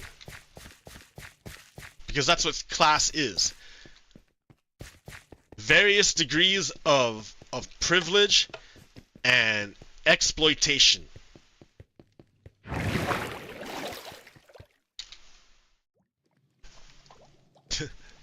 And then, so the next one is like, yeah, if not a white supremacist, then a fascist. Because that's a lot more general, and that encompasses more people. Well, I don't know more people, but because it tends to be the same thing. But different flavor? I don't know.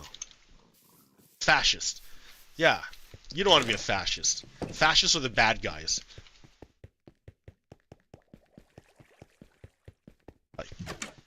Again, fascists believe not in truth, but in power. So, yeah, and then I will talk shit about you. Because that's what you deserve. Now, I wouldn't say that's what you deserve, but that's just the nature of that's the nature of things.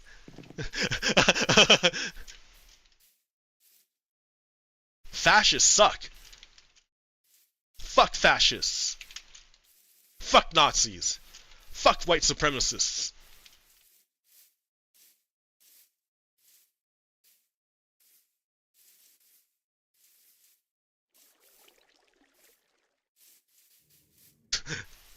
So, yeah. The choice is yours. I know you can do it, right? I know you can do it because I met a woman who did it. She did it. She fucking figured it out. And it was awesome. It was great, right? I mean, yeah, she like still has, you know, her family is still all MAGA, but she fucking got out.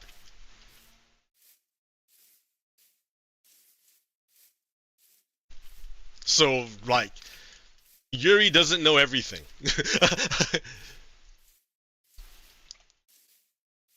Okay, what else do I got? Man, right-wing violence, Donald, did I do the right-wing violence?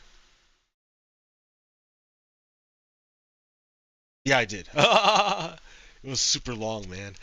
This is all pretty long. Alright, Donald Trump is a traitor. Oh, yeah. So, this guy, this dude right here.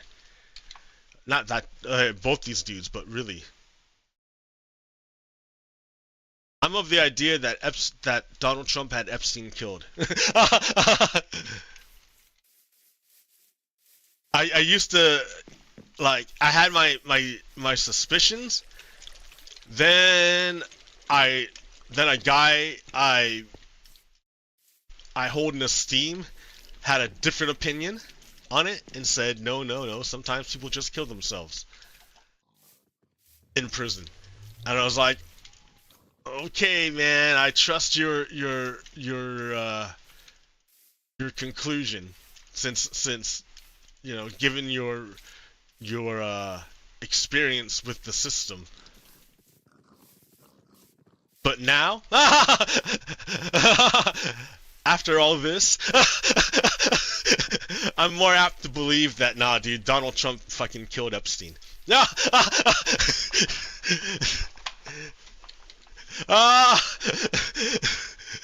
Anyways, so this guy, right, wasted a fuck ton of money. Well, first of all, he did this thing. He did the, like, remember, the people that on January 6th, they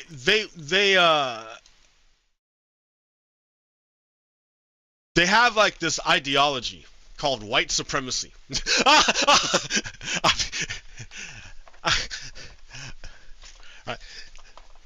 Birds of a feather flock together.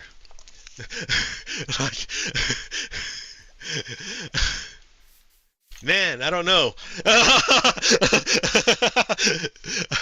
So what you have here, what I'm displaying here is an image of a dude on January 6th at the Capitol. I think that's the Capitol. I don't know what building that is, and that's probably my ignorance, right? I should know. But that's a building in DC. So it's very unique. So that's like a specific place. And he's there with flying a ginormous fucking Confederate battle flag.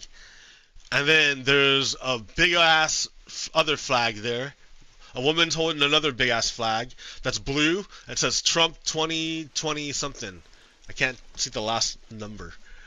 And then there's a dude in the background holding an American flag with that fucking black and blue fucking line, the thin blue line fucking bullshit, pro-cop bullshit, which is hilarious because then they would go on to actually beat cops to death. How funny.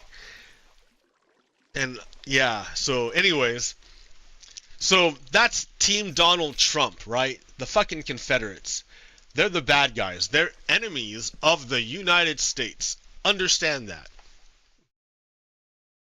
So Donald Trump managed to fucking seize power anyways, and he fucking threw a stupid ass fucking parade, and it's for himself because I don't know if it's coincidentally his also his birthday.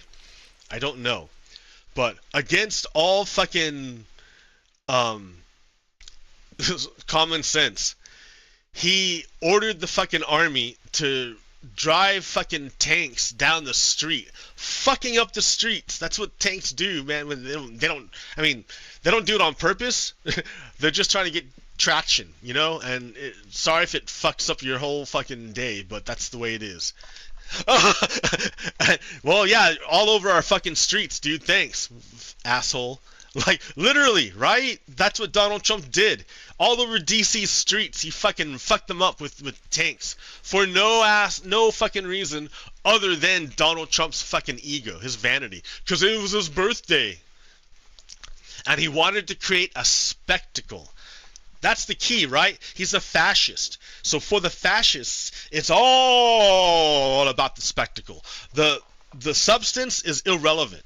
What's underneath it, even if it's hollow, they don't care, right? It's not important for it to have any like fucking substance. It's the image that matters, because the image can be replicated and distributed throughout the fucking horde, not the horde, the agents like that we saw that spread the propaganda. I just had them up. Anyways, so he creates the spectacle, right? He spent millions and millions of dollars to make this picture. It's a stage, right? These two little here. It's a stage. These two walls back here are like not real, right? They're just like platforms, just platforms held up with nothing, right?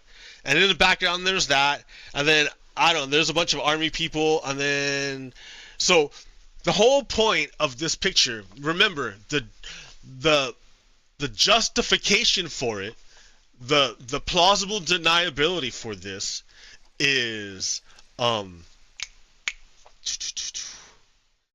the army's fucking birthday. That's why they're doing it, because the army's having a birthday. That's why we're doing this. But really, the army didn't want this. It was Donald Trump who wanted it. And this is how you know. Because on what's supposed to be at a parade that's supposed to be about the army, right? Look who's look at the way they fucking make the official picture. We're gonna fucking cut this shit up. The way they make this whole picture is to place Donald Trump in the middle. You see, it's all focused on Donald Trump, the whole thing. And above Donald Trump is like the office of the presidency, and then like the sky, God, like, oh, right? Do you see the painting that he's making? He fucking designed this on purpose. It's not an accident. Like, he had somebody in his deal design this on purpose, in this way, to glorify not the army on their birthday, but to glorify Donald Trump. Everything's in relation to Donald Trump, you see? The army is not up in front and center. These guys are fucking irrelevant. Like, the President of the United States, who the fuck cares? It's supposed to be about the army. You see? It's bullshit, dudes. It's propaganda.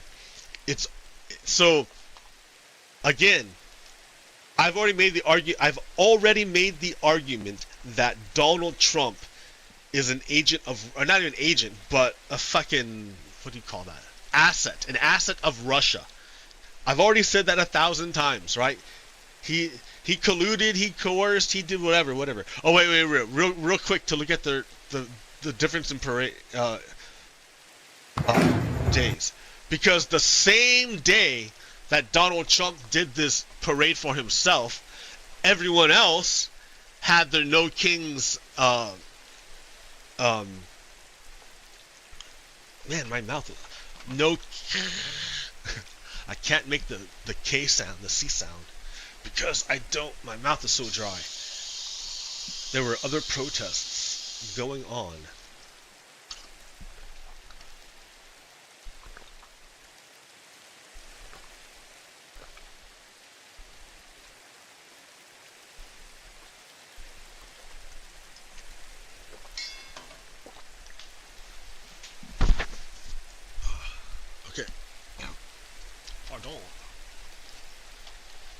How long have we been going? 2 hours, man. You're fucking flowing.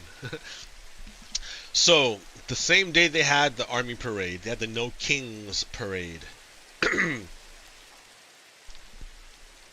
Not parade, protests all over the nation. It was awesome. I went to the one in Salem, Oregon, and it was fantastic. Energy, super intense. Like, you couldn't walk around. Like, we did it's kind of weird the way that people protest, I guess, nowadays. We're all on the sidewalks, and waving at cars, and then cars would flow by, and they would either honk, or cheer, or somehow support us, or ignore us, or give us the finger. Some would give us the finger. But there were so many of us that it was kind of ridiculous. And at one point, so I arrived, and I brought my megaphone, and I was there, and I was going, like, it was a lot of people. I was standing at one corner. There was like 5,000 people, I heard. And I saw, I don't know, about maybe 5,000, because it went pretty far, man.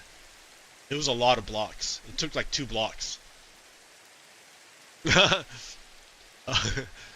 When you pack with a lot of people, that's a lot of people, right? Like, it was hard to walk. Like, yeah, it was hard to move around. On the sidewalks. It was hard to move. Anyways, so everyone showed up to these protests because everyone hates Donald Trump in one degree or another. For good reason. So here's compare and contrast. Donald Trump's parade with the No Kings protest in Boise. I know. Wow, that's a lot of people. Wow. Holy shit.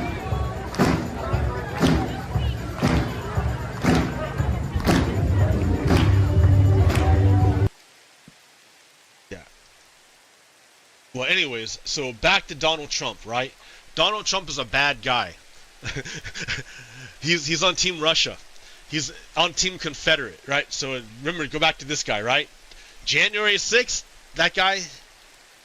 January 6th, where's that other guy? Oh man, it all shifts when I like switch resolutions. It all shifts when I switch resolution. And now I can't find anything. So, anyways, you know he's on Team Confederate, right? Here's another idea. Think about, what if Germany, the chancellor, the president, whatever the top dude or person is.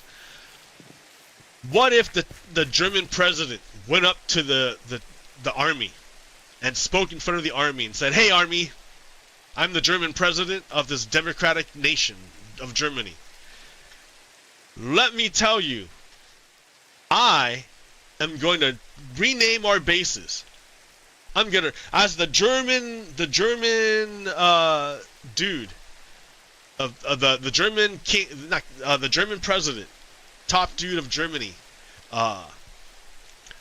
for my democratic nation, I'm going to rename all our German bases, and the way I'm going to rename them is, because I'm the president of Germany, I'm going to rename them. So this base, like base Thor or whatever, like, I don't know, not Thor, base like Mozart. I don't know any like German history, sorry.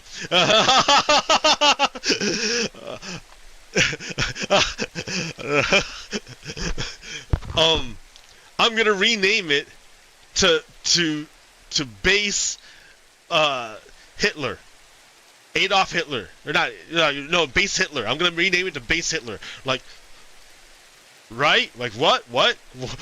Why is the German president renaming a base to a bad guy? And the president continues. Oh, I'm gonna take this other base. I'm gonna rename it to base from base Beethoven. Now Beethoven to base. I'm gonna rename it to base Goebbels. Like the propagandist. And this other base, I'm gonna rename it from away from the good name and to a bad name, like base Rommel, like the Nazi general. Imagine if that happened. Imagine, like, everyone would be freaking the fuck out, being like, "Oh my God, that guy's a Nazi. That guy's a Nazi. Look what he's doing. He's renaming the German bases to Nazi names. What's he doing?" Right? Right? People would freak out. People would be like, "Oh my God, what the fuck is happening?" People would freak out if the German president renamed German bases to Nazi names. People would freak out, rightly so. Right? For a democratic nation, to rename your bases to like fashion to Nazi base names, that would freak me the fuck out. totally freak me out.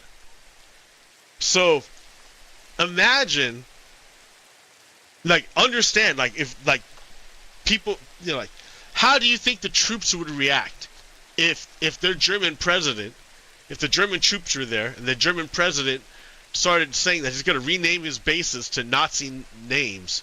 What do you think the German troops would do? Right? What do you think they would do?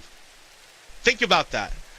What would they do if the German president told them in a speech that he's going to rename German bases to Nazi names? What would he do?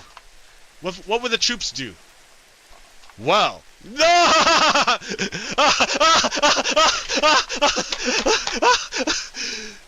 We can look at the United States for an analogy. We can't, like, that's not going to happen, right? That's not going to happen in Germany. We don't know what the troops would do in Germany if the German president went up on stage and said and told them that they were going to rename the bases to Nazi names. So we because that's never going to happen. That's never going to happen. No fucking way. No fucking way. I hope not, right? I hope not. But no. Now I'm looking at the United States, and a fascist is gonna go up on stage. I'm gonna show you the video of it, right? A fascist is gonna go up on stage and say he's going to rename the American bases to the names of traitors, of people who killed other Americans and tried to overthrow the government. He's like, these people, like, I'm gonna go on stage. I'm on stage to the troops.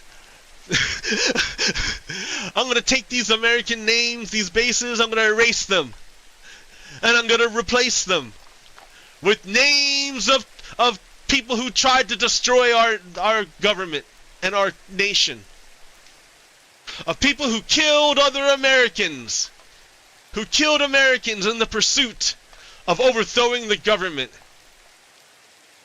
I'm gonna honor those people who who literally killed your predecessors in the army, in the U.S. Army. They killed you. I'm gonna rename the base to the people who tried to kill you, who did kill you,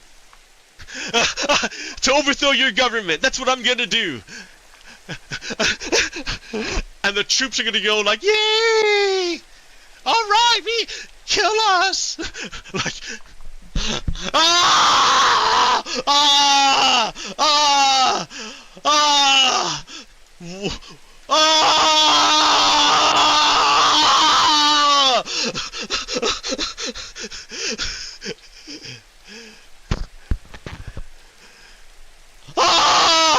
What? Suffer and watch and suffer. For a little breaking news, this fascist is gonna get up on stage and fucking say he's gonna rename American bases to traitor names of the people who killed U.S. Army people. Trying to overthrow the government. The guy who tried to overthrow the government is going to rename the American Army bases to the people who tried to overthrow the government. All right, here, let's just.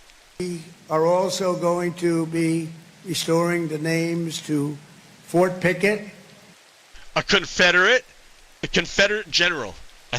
Fort Hood, a Confederate Hood. Confederate.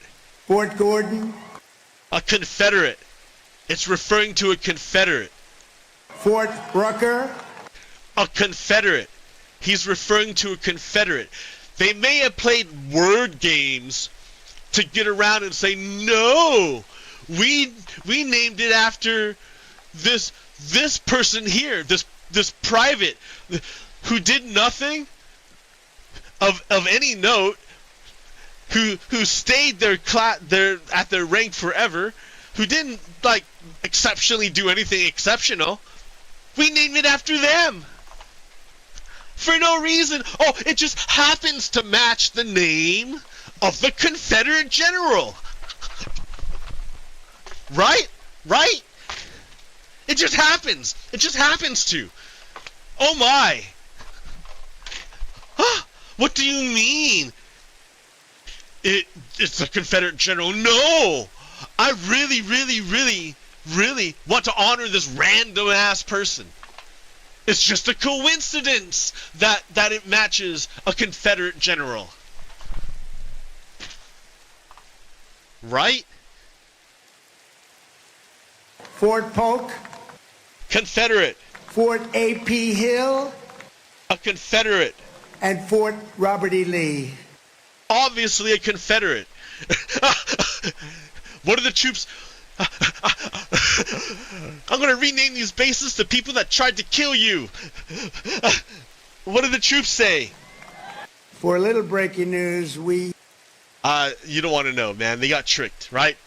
They got tricked. What hope do they have? They're in the fucking army. It's not that the army's gonna let them think freely. No way! They're not there to think freely. They're there to be army people. I don't know nothing about that, right? Other than my grandfather. And, yeah. And he never said anything. That I knew of. Because I was pretty young.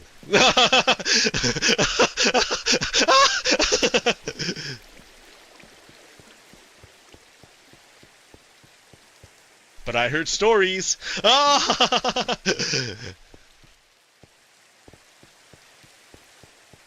Okay. Where was I even at? Oh yeah, so here. So there's one hint. I mean, if you haven't got enough hints already, right? If you haven't got enough hints already, let me show you something real quick. Oh man, maybe I should like deface it first. No, I can't. I'm sorry, I can't. Okay. Should I deface it first? Yeah, dude, you should have defaced it first. Well, anyways, no, don't even show it. Just go here. This... Oh yeah, this is something I picked up, right? Users spot Russian flag elements in Pentagon's Flag Day poster.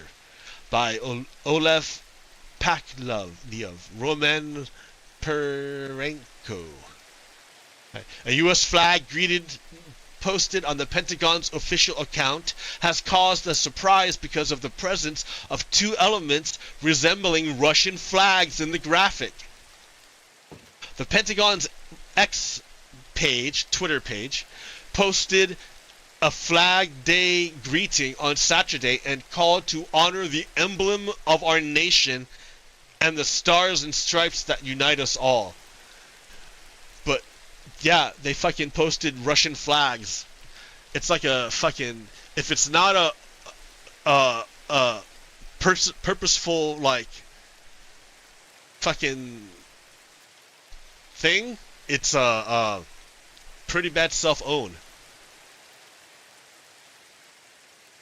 Okay, let's move it on. Donald Trump Insurrection Act. So yeah, we got LA going on, right? We got LA riots, right? So I mean, like, I'm just documenting this stuff, right? So you can't say that it's not out there, because I'm showing it to you. Like, so Donald Trump fucking knows that he can't invoke the Insurrection Act. He wants to, and he might do it anyways, right? Because that's Because that's what we're gonna find out, right? So, I need more water, dude.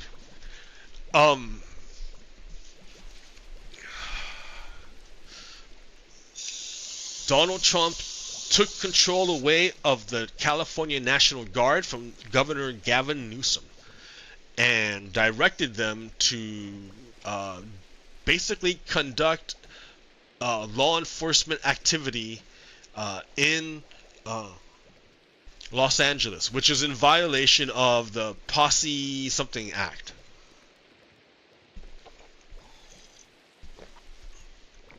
Posse Contaminus Act.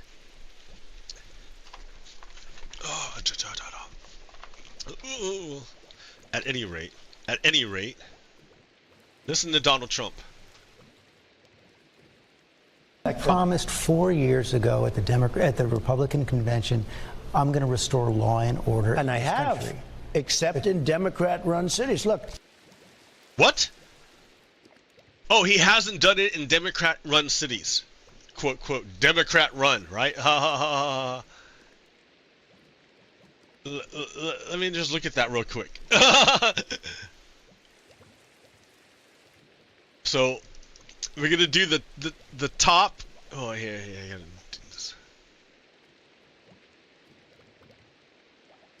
We're going to do the top 25 violent crimes per 100,000 people.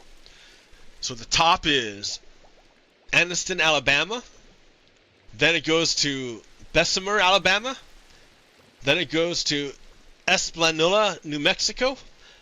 Then it goes to East St. Louis, Illinois. Then it goes to Belmead, Texas. Then Florida City, Florida. Monroe, Louisiana.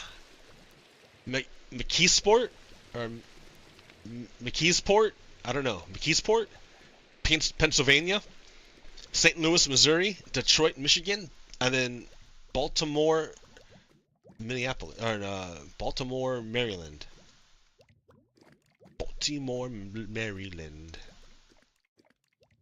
Top 25 for robberies. Baltimore, Maryland. Emeryville, California. Cleveland, Ohio. Fairfield, Alabama. Florida City, Florida. Oakland, California. St. Louis, Missouri. East Point, Georgia.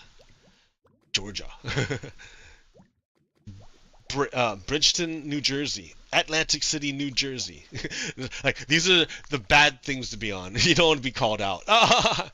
Top 25 rapes per 100,000 people. We got Cadillac, Missouri. Alpena, Missouri. Humboldt, Texas. Fort Morgan, Colorado. Anniston, Alabama. St. Benito, Texas. Borger, Texas. Brainerd, Minnesota. Springfield, Montana. Red Bluff, California. Belmead, Texas. Man, Belmead. Top 25 murders per 100,000 people. East St. Louis, Illinois. Chester, Pennsylvania. Vintage Park, Montana. Helena, West Helena, Arkansas. Fairfield, Alabama. St. Louis, Missouri. Anniston, Alabama. Blytheville, Arkansas. Gary, Indiana. McKeesport, Pennsylvania. College Park, Georgia. Baltimore, Maryland. Alright, it's a lot.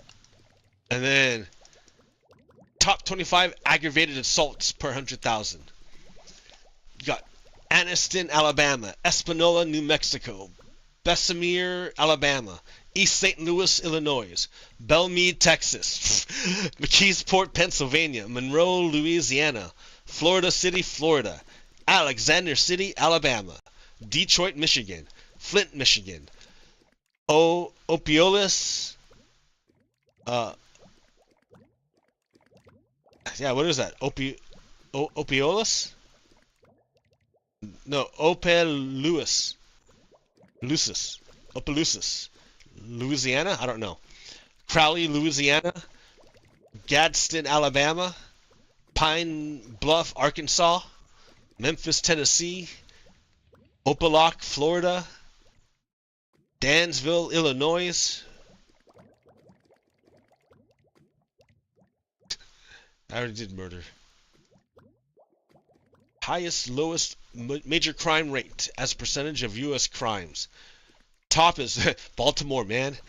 Detroit, Michigan, Memphis, Milwaukee, Chicago, Albuquerque, Indianapolis, Philadelphia, Nashville, and Houston. And then the lowest, Fort Worth, Charlottesville, Seattle, Portland, Austin, New York, San Jose, El Paso, San Diego, Honolulu. Interessant. Donald Trump. We have laws. We have to go by the laws. But you've broken all the laws, motherfucker. That's the whole point. You've broken all the laws. That's our fucking whole point. That's the whole issue, man. I can't believe you said that. Like that's like you're a criminal. Donald Trump's literally a criminal. Why would you believe him on anything? Why would you believe him on anything? The law says the United States or any of the Commonwealths or its possessions is okay.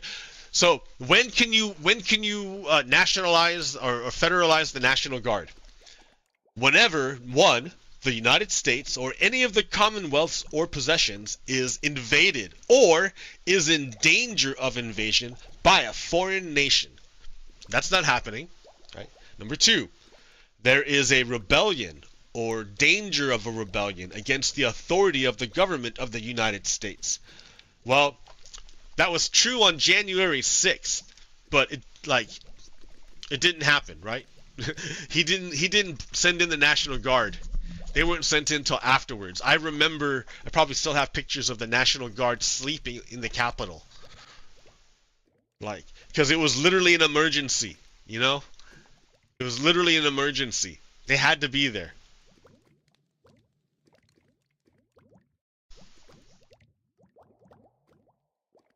Like, there's pictures of the National Guard sleeping on the floor in California. But that's just bad logistics, because there was no reason for them to even be there. Not only was, like, they didn't have to be there. Come on. You guys are just bad at logistics.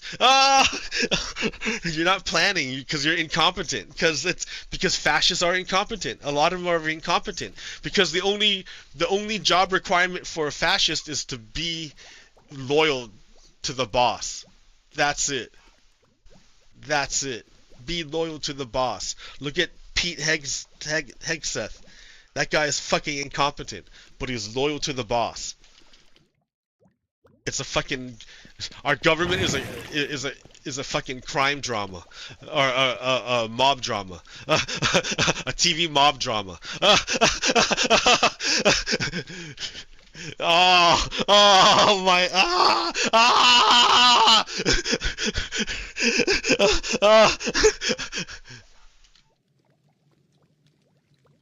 So, and then the president is unable with regular force to exert the laws of the United States. That's not true.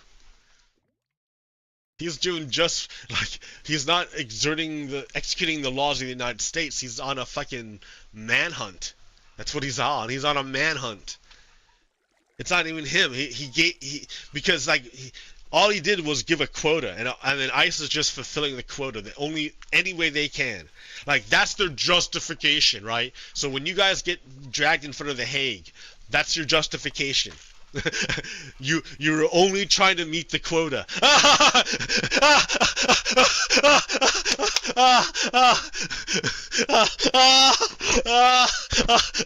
Called it, right? I called it. Anyways. So, like, they're breaking the law. They went to court, they lost the court, and then it was immediately appealed, and then it was to the Ninth Circuit Court, and they put a stay on it until fucking Tuesday, which is in like 2 days. So for that whole week, Donald Trump gets to play general in California. Now, when you combine that with the fact that Kristi Noem fucking said that she's gonna fucking liberate California from its government and its elected officials, and the elected official is standing right fucking there when she arrests him. Do you understand? Like, do you understand? She said she's overthrowing the fucking government of California, and she arrested their official, their representative, on camera. It's fascism, guys. Holy shit. I don't know how else to I got to keep trying, right? Keep trying, keep going, keep trying. Listen to Donald Trump. We can't move in the National Guard. I can call insurrection, but there's no reason to ever do that. Even in a Portland case, we can't call in the National Guard unless we're requested by a governor. That was from 2000. Donald Trump doesn't look that good. Not anymore, right? He looks old, right? Dude's old. Fucking Donald Trump looks like shit now.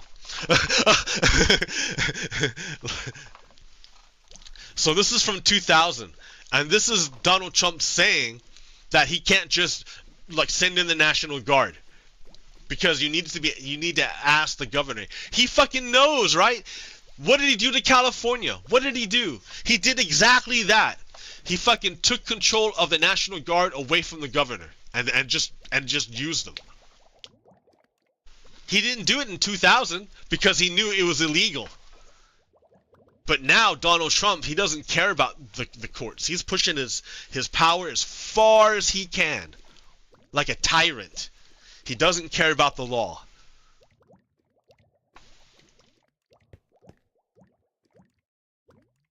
You saw it. You saw it right here, right? You saw it yourself.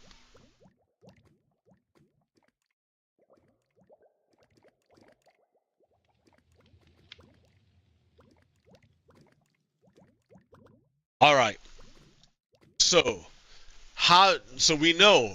I've already showed that clip that shows you that the witnesses on the ground, the reporters, fucking saw that there was no need for the police to escalate to munitions and trampling with horses. Because if you don't move, what do you think's gonna happen? They have video of it, of people being trampled, going to the hospital because they were fucking trampled. Like, it happened, man. Like, and it's all instigated by the police. It's all instigated by the police.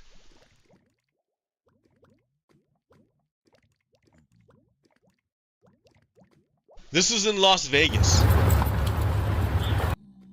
Oh shit, dude, it's all fucking janky. This is in Las Vegas. Right? It is absolutely legal to call a police officer a bitch. It's absolutely legal. Right? It's absolutely legal to call a police officer a bitch. It's your First Amendment right. The government can't retaliate against you for exercising your First Amendment right. I mean, God, this is like fucking basic American, like, be a citizen type knowledge of stuff. Like, you should know this. Like, if you don't, then, and you need to exercise it, right? So, yeah, you are legally allowed to call a cop a bitch. That's your right. You can do that. And they can't retaliate against you for that. So let's watch what happens. Like, what happens when... Okay, yeah. Enjoying yourself? You know, Damn covering right. everything. Nothing better to do? Honor your oath. How about honor your oath, bitch? How about that? Honor your oath. Oh, there you go. You're supposed to get lost. You're supposed to get lost. This guy goes to Ooh, shit. So, wait. Okay, let's look that... Because now they're about to get arrested, right? They're about to get arrested. What the fuck happened? What? What? Let's hear the words.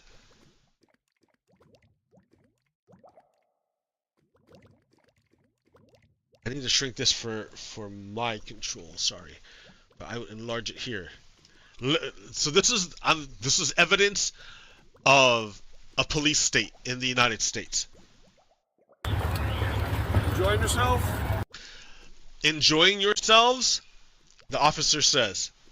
You know, Damn covering right. everything. Nothing better. So, you know, covering everything. That's what she says. Rule number one. Don't talk to cops. Don't talk to cops. If they didn't say anything, nothing would have happened. Maybe. I doubt the cops would have spent the energy to come fuck with them if they didn't say anything. Don't talk to cops. Don't talk to cops. I mean, you're allowed, yeah, you're absolutely 100% legal, able to call a cop a bitch. Right? But, like, I'm not a lawyer, so, but, that's my understanding of having free speech. Covering everything. Nothing better to do? Honor. You got nothing, he said, got nothing better to do? Your oath. What about honor Now you're saying honor your oath. What about honoring your oath? your oath, bitch? How about that? Bitch? How about that? Okay? He's legally allowed to do that, right? To say that. These guys are walking on their way home, and what does he do? Honor your oath. And he says, hey, he stops all these guys from marching. They're all got all their gear off, right? They're all done. They're just going home. And that guy, that Nazi dude. Oh, there you go. Supposed to get lost. What did he say? You're supposed to get lost? Or did he say, I told you to get lost? He didn't say any of that. He asked, got nothing better to do? That's all he asked. That's not a command to get lost. That's nothing. Right? That's nothing. You're supposed to get lost. This guy goes to jail. You're supposed to, so, like, you're supposed to get lost? This guy goes to jail. For what? For what? He goes to jail. Let's go. Put your hands behind your back. Hey, my camera, bro. Big mouth. And they all fucking just mob him. For his speech. What the fuck, dude? This is, I mean, is this guy getting a payout? Because this is bullshit. This is bullshit. You can, absolute bullshit. Like, is it not selective enforcement? Like, oh, he only decided to retaliate after the citizen practiced his free speech because of the content. He didn't like the content. Personally, didn't like the content. You're a fucking officer, dude. You don't give a shit about personality. It's not about you. It's not about you. Officer, my ass. Fucker. Okay. Anyways. Big mouth. They go to jail. Hey, my glasses. They're breaking my glasses. The fucking party's over, asshole. Hey, chill. Bring him out. Make sure he's breathing. Hey, hold on. Give your fucking hand. Jesus, make sure he's breathing? Look how fucked up they're being right now. They're fucking him up. Like, to the point where they're like, oh, like, but don't kill him. Hurt him, but don't kill him. That's the unspoken. Man, that's fucked up. This guy's a Nazi. White supremacist. Like you know the bad guy on Terminator 2? There he is. Give me that. I got it. Let's train a mushroom on. Whoa! Stop resisting. Whoa! You need to learn this. You need to learn the rules. Did you hear that, cop? Holy shit! Ah! Damn, dude, that's fascism. That's police state. That's the empire, bro. Run your mouth at me. Now you're on your face. Put that hand behind your back. See, it's about that cop's ego. Nothing about law, nothing about order. It's about that cop's ego. Contempt of cop. Like, is this guy gonna get a fat payout? Because he sounds like he's getting fucked up. He's getting hurt. Why? Because the cop ordered it. Make sure he's breathing.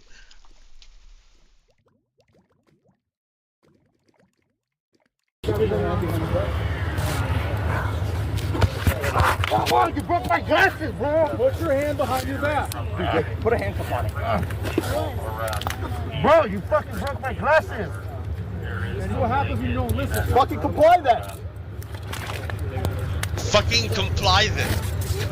I'm gonna destroy your property because you're not complying with my order? Man, this is a police state. Do you not get it? Whoa, cool fucking movie.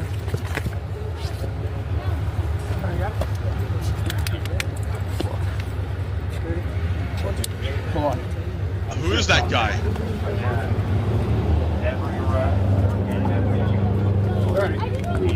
Yo. My body camera.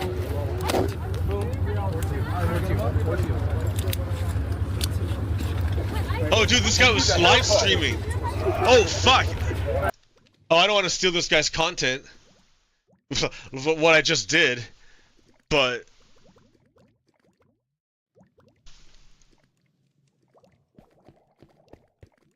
sorry, I was just showing evidence of a police state.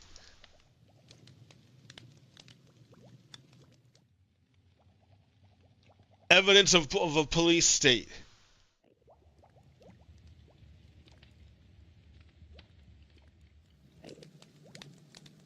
Firing at? This guy just fired at me. What the fuck? What do you want? How can we move?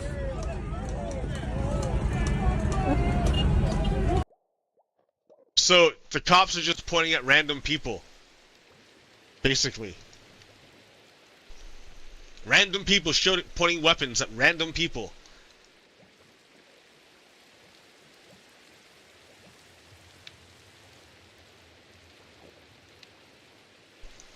It wasn't an insurrection, it was a police riot.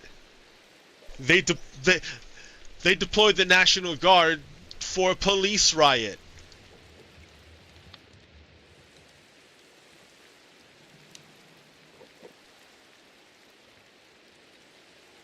What's your badge number? I'm giving you warning. No, warning about what? I'm asking you a question. What's gonna hurt? What's gonna hurt? This 40 millimeter. Why are you gonna shoot a fucking 40 millimeter to someone 3 feet away who's asking your badge number? What am I doing? Huh? Huh? Huh? Go ahead. What is it? I'm behind glass. What is your name and badge number? You work for us, bitch. What is your badge number? What is your name and serial number? I'm behind glass. What is your badge number? What is your name and serial number? Why'd you rip the name off your helmet? So, look at, man, this guy's a fucking Nazi. The way he's clenching his jaw, it makes me wonder. I wonder why he clenches his jaw so much. I wonder if he's, like, taking something, you know? One more time. What's your badge number? Alright. Hey, yeah, I'm not going anywhere. What's your badge number? That's okay. I'm gonna pop you right now because you're taking up my focus. Why? Because you're taking up my focus. I'm gonna pop you right now because you're taking up my focus. He's legally allowed to exercise his First Amendment rights.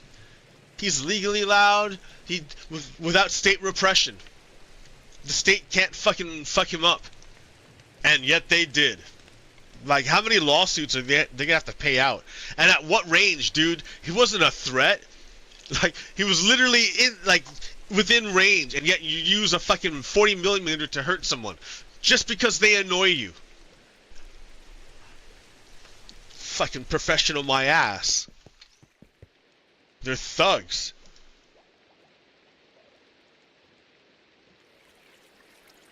Yep, there's that picture.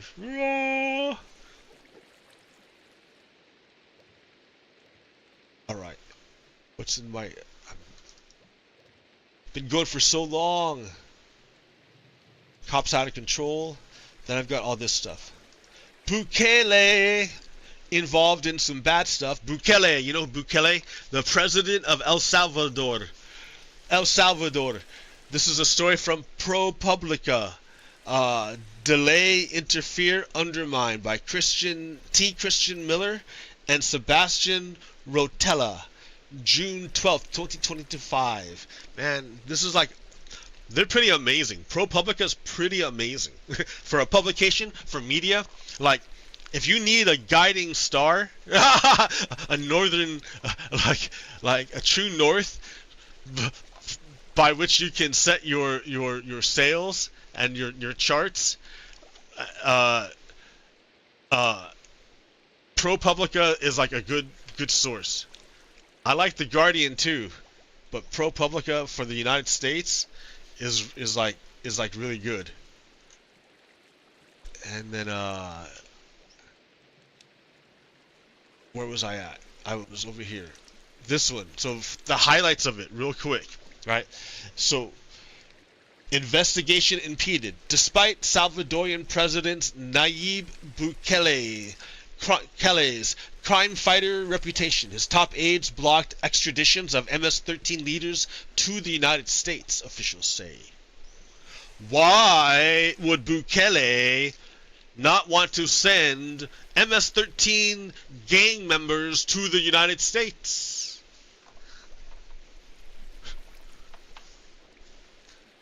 Money laundering inquiry. U.S. agents drew up a request to examine whether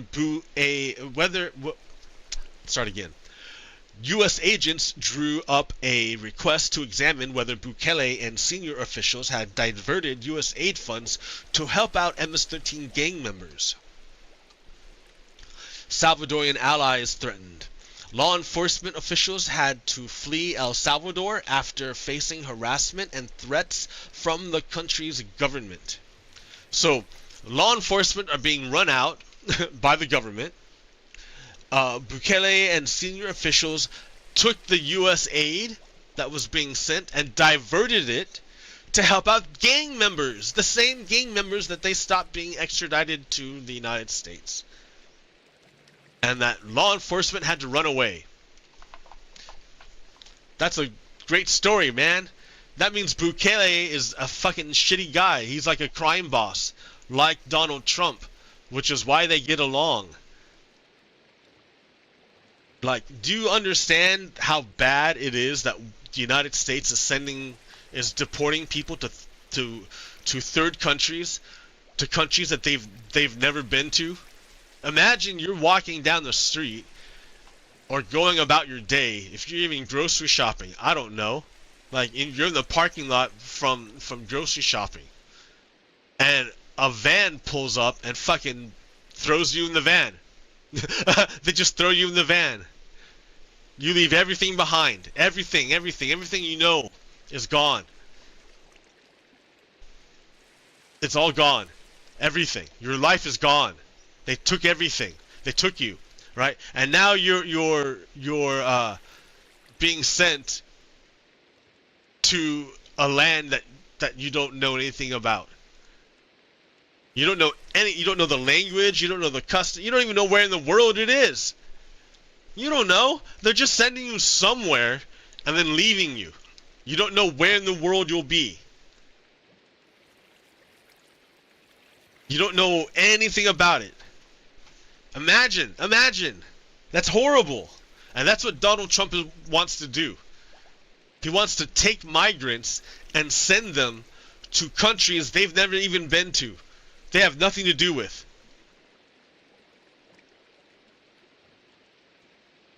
I mean, think about the fucking concentration camp they got going on in El Salvador. It's got to be terrible. And they rounded up people and just sent them there. ICE. Without even fucking checking. Because they're trying to meet a quota. That's their defense. They're trying to meet a quota. I'm just trying to meet a quota, man. That's all. I'm just trying to meet a quota.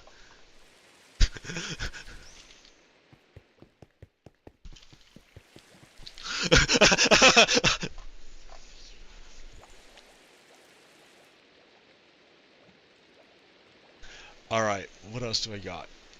Yeah, see, that's what I mean, right? Aaron Reichlin Meinik says, the White House is demanding that ICE get deportations up, ordering any career law enforcement who objects to get the hell out of the way. The head of the ICE enforcement and removal operations apparently resigned rather than obey an order to fire ICE officials who weren't hitting arrest quotas.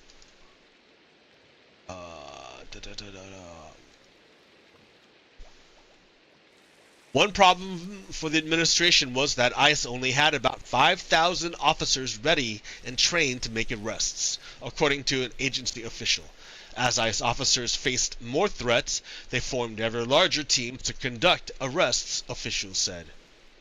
More threats? What? What's threatening ICE? Larger teams means ICE can be in fewer places. Officials from the White House and the Department of Homeland Security have made clear there will be consequences for not hitting arrest targets. There it is, right? If you don't hit arrest targets set by the White House, then you'll be in trouble. So ICE people are like, dude, I just saw this guy fire everybody. I need to hit my quota or they're gonna fucking can my ass too. So the ICE agents are arresting anybody they can. They don't care if you're you're like not in trouble with the law. Like they don't care if you never broke a law or anything. They don't care how old you are. They just need to hit their quotas, hit their numbers, right? They're just trying to hit their quota. Said the Nazi. said the ICE agent. I'm just trying to hit my quota.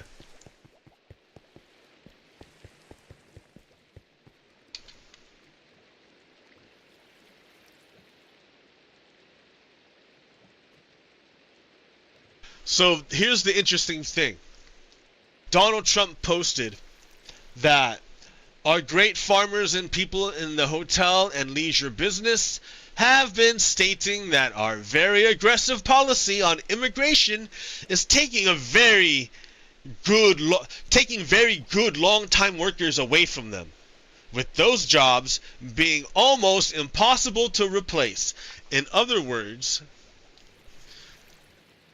since ICE agents can't find enough criminals to deport, they're taking anybody they can find. Who can they find? They can find people looking for work, trying to live their lives. Good people who haven't broken any real serious laws. Maybe a fucking jaywalking or something like fucked up like that, but like nothing serious. Come on. Like, but there's not enough of them, right? There's not enough bad guys committing super bad crimes for the police to find on police databases, because you know they got the AI crawling through all the databases now, and so they're just rounding up anybody named by the AI, right? Anything the AI can find, they're gonna do, because they just need to hit the numbers. So Donald Trump says only criminals will take those jobs, right? In many cases, the criminals are applying for those jobs, which is a lie. A lie. I mean, people with criminal records got to work too, right? It's not like necessarily like their problem, their fault. But like, if that were true, then why would Donald Trump be making big changes and making exceptions for the people working for the industry is preferred by Donald Trump.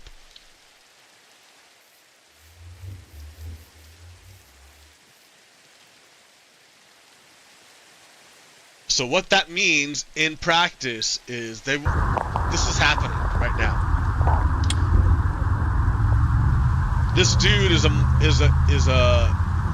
worker in a field just trying to work, and he's being chased by fucking agents, and they're gonna arrest him and deport him while he's at fucking the work.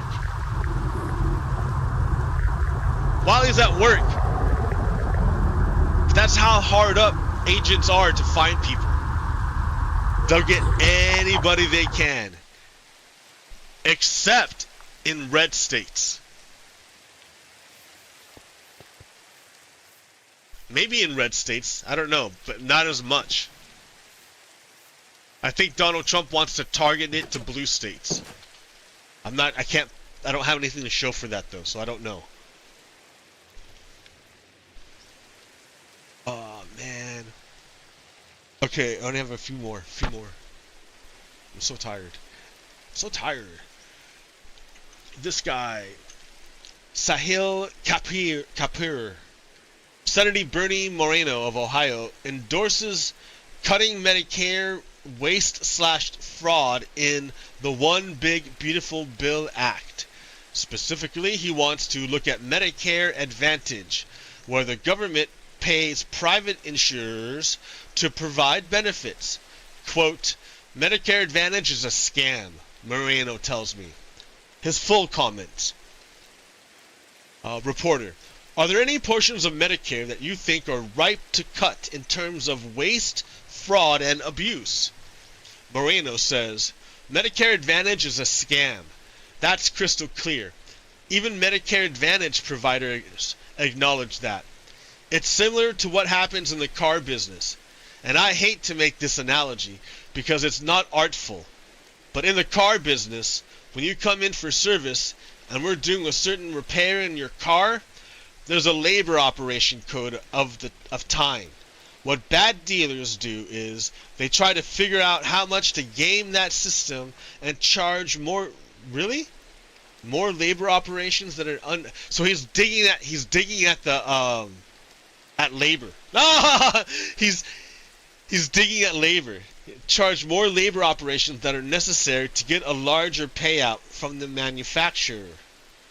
I don't know. That's a dig out to labor. I don't know if that's true. He's a Republican, so I don't know if that's true. So similarly, what Medicare Advantage is doing is they go in, they'll treat you, and they'll find 9 other treatment codes that you had no idea about. You were just in there and said, man, I sprained my toe, and all of a sudden they're asking for 17 other things that take that surgery from $250 to $10,000, completely unbeknownst to you. You have no idea. And if you knew as a patient, you would be appalled. So we have a massive reform in a lot of these areas that need to happen. Well, Medicare Advantage is what W. Bush put in. So I'm a little confused as to why a Republican would want to take it out. Generally, Republicans are all about the private industry. That's weird.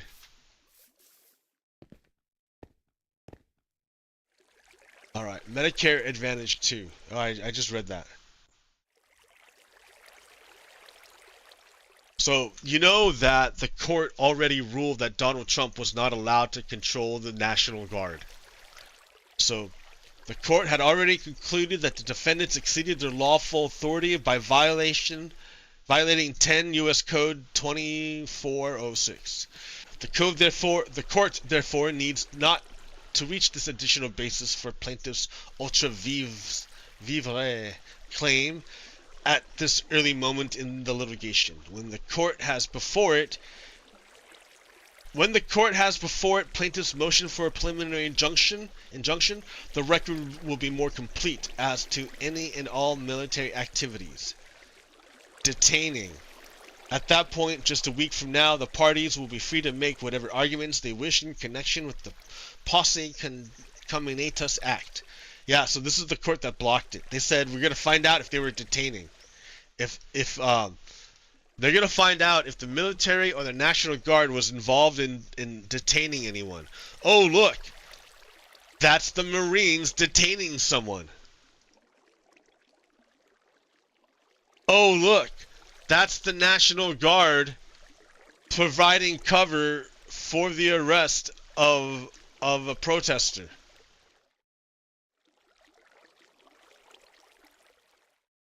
Remember, Donald Trump has to fucking satisfy these things, and he never did.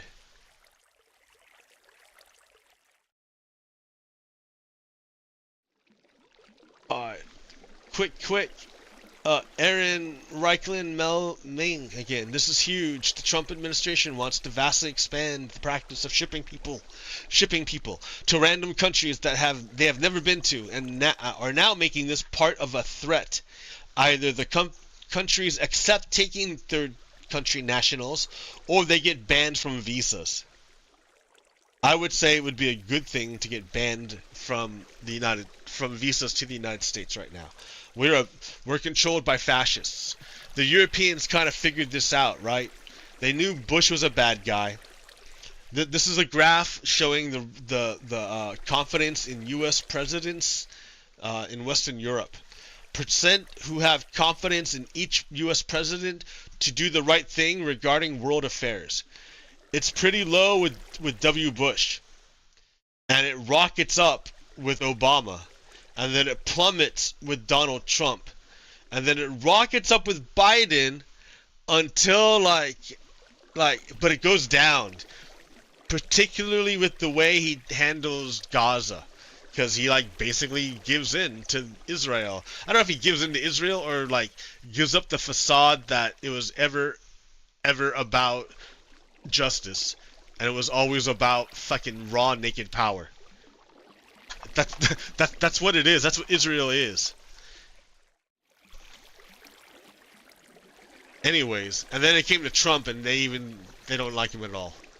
They have no confidence in us. I don't blame them. I don't have the thing is that I do have confidence in America and Americans, but our system is so fucked up that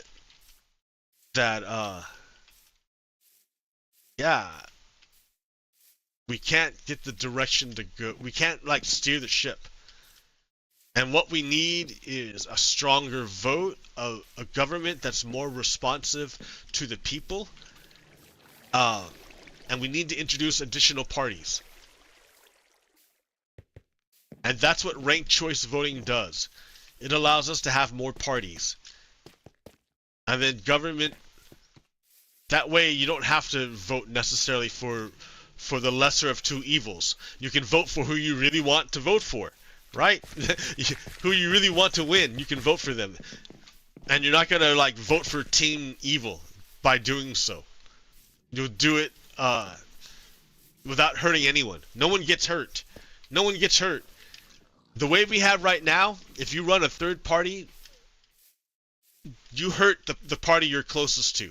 And you help the party you're furthest from. Right now. When I was at the No Kings rally in Salem, Oregon, there was a table set up, organized really well, right? The socialists from Portland were down.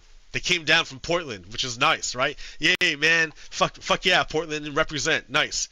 And the socialists came down, and I had a conversation with them because I consider myself pretty left, right? But I'm progressive left. I don't want to overthrow the government.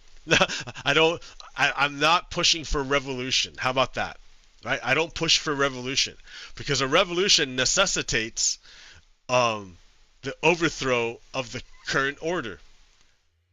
And I won't say that because right now a lot of people depend on the current order to live. They depend on it. They get their monthly check, man. They don't get their monthly check, they're screwed. They get their fucking food stamps. If they don't get their food stamps, they're screwed. They're fucked.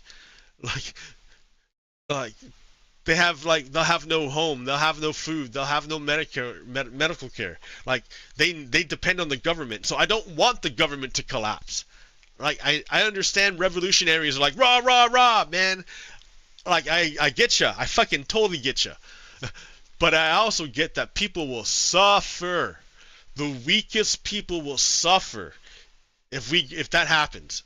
Number one. Number two, can you really control a revolution? Can you really direct it? Like, who do you think benefits most from a decay of the system?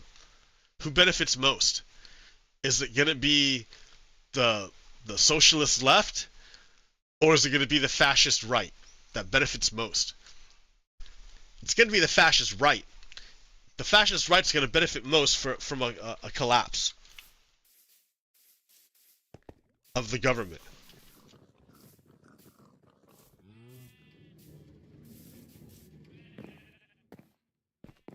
So if we could at all take control of the state and reform it to be more just, if we cannot all do that prior to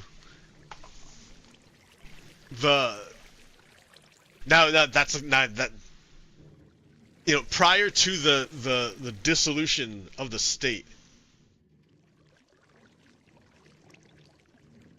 I don't know, because then I'm like, what about the argument for slavery? Can we have a little bit of slavery? No, you can't have a little bit of slavery. So it's the same thing, right? Like, they could have made the same arguments. Oh, our well-being depends on exploiting these people.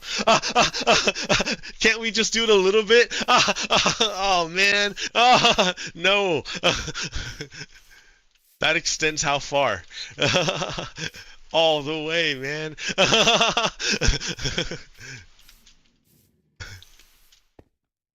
Oh, man.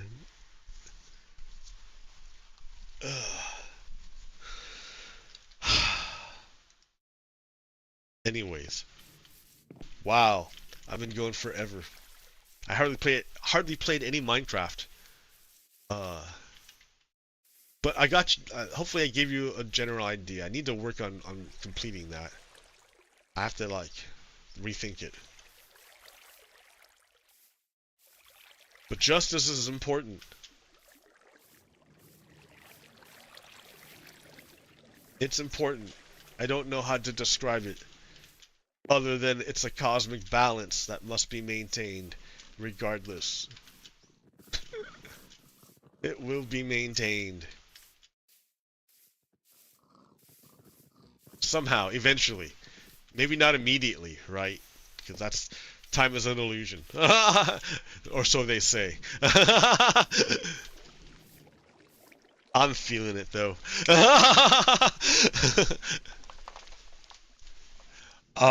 Okay, that's a long time. I think I'm done. Thanks for hanging out, and if you can at all watch this at double speed, I recommend it. Until next time, Porque out. Peace. Stop. Stop.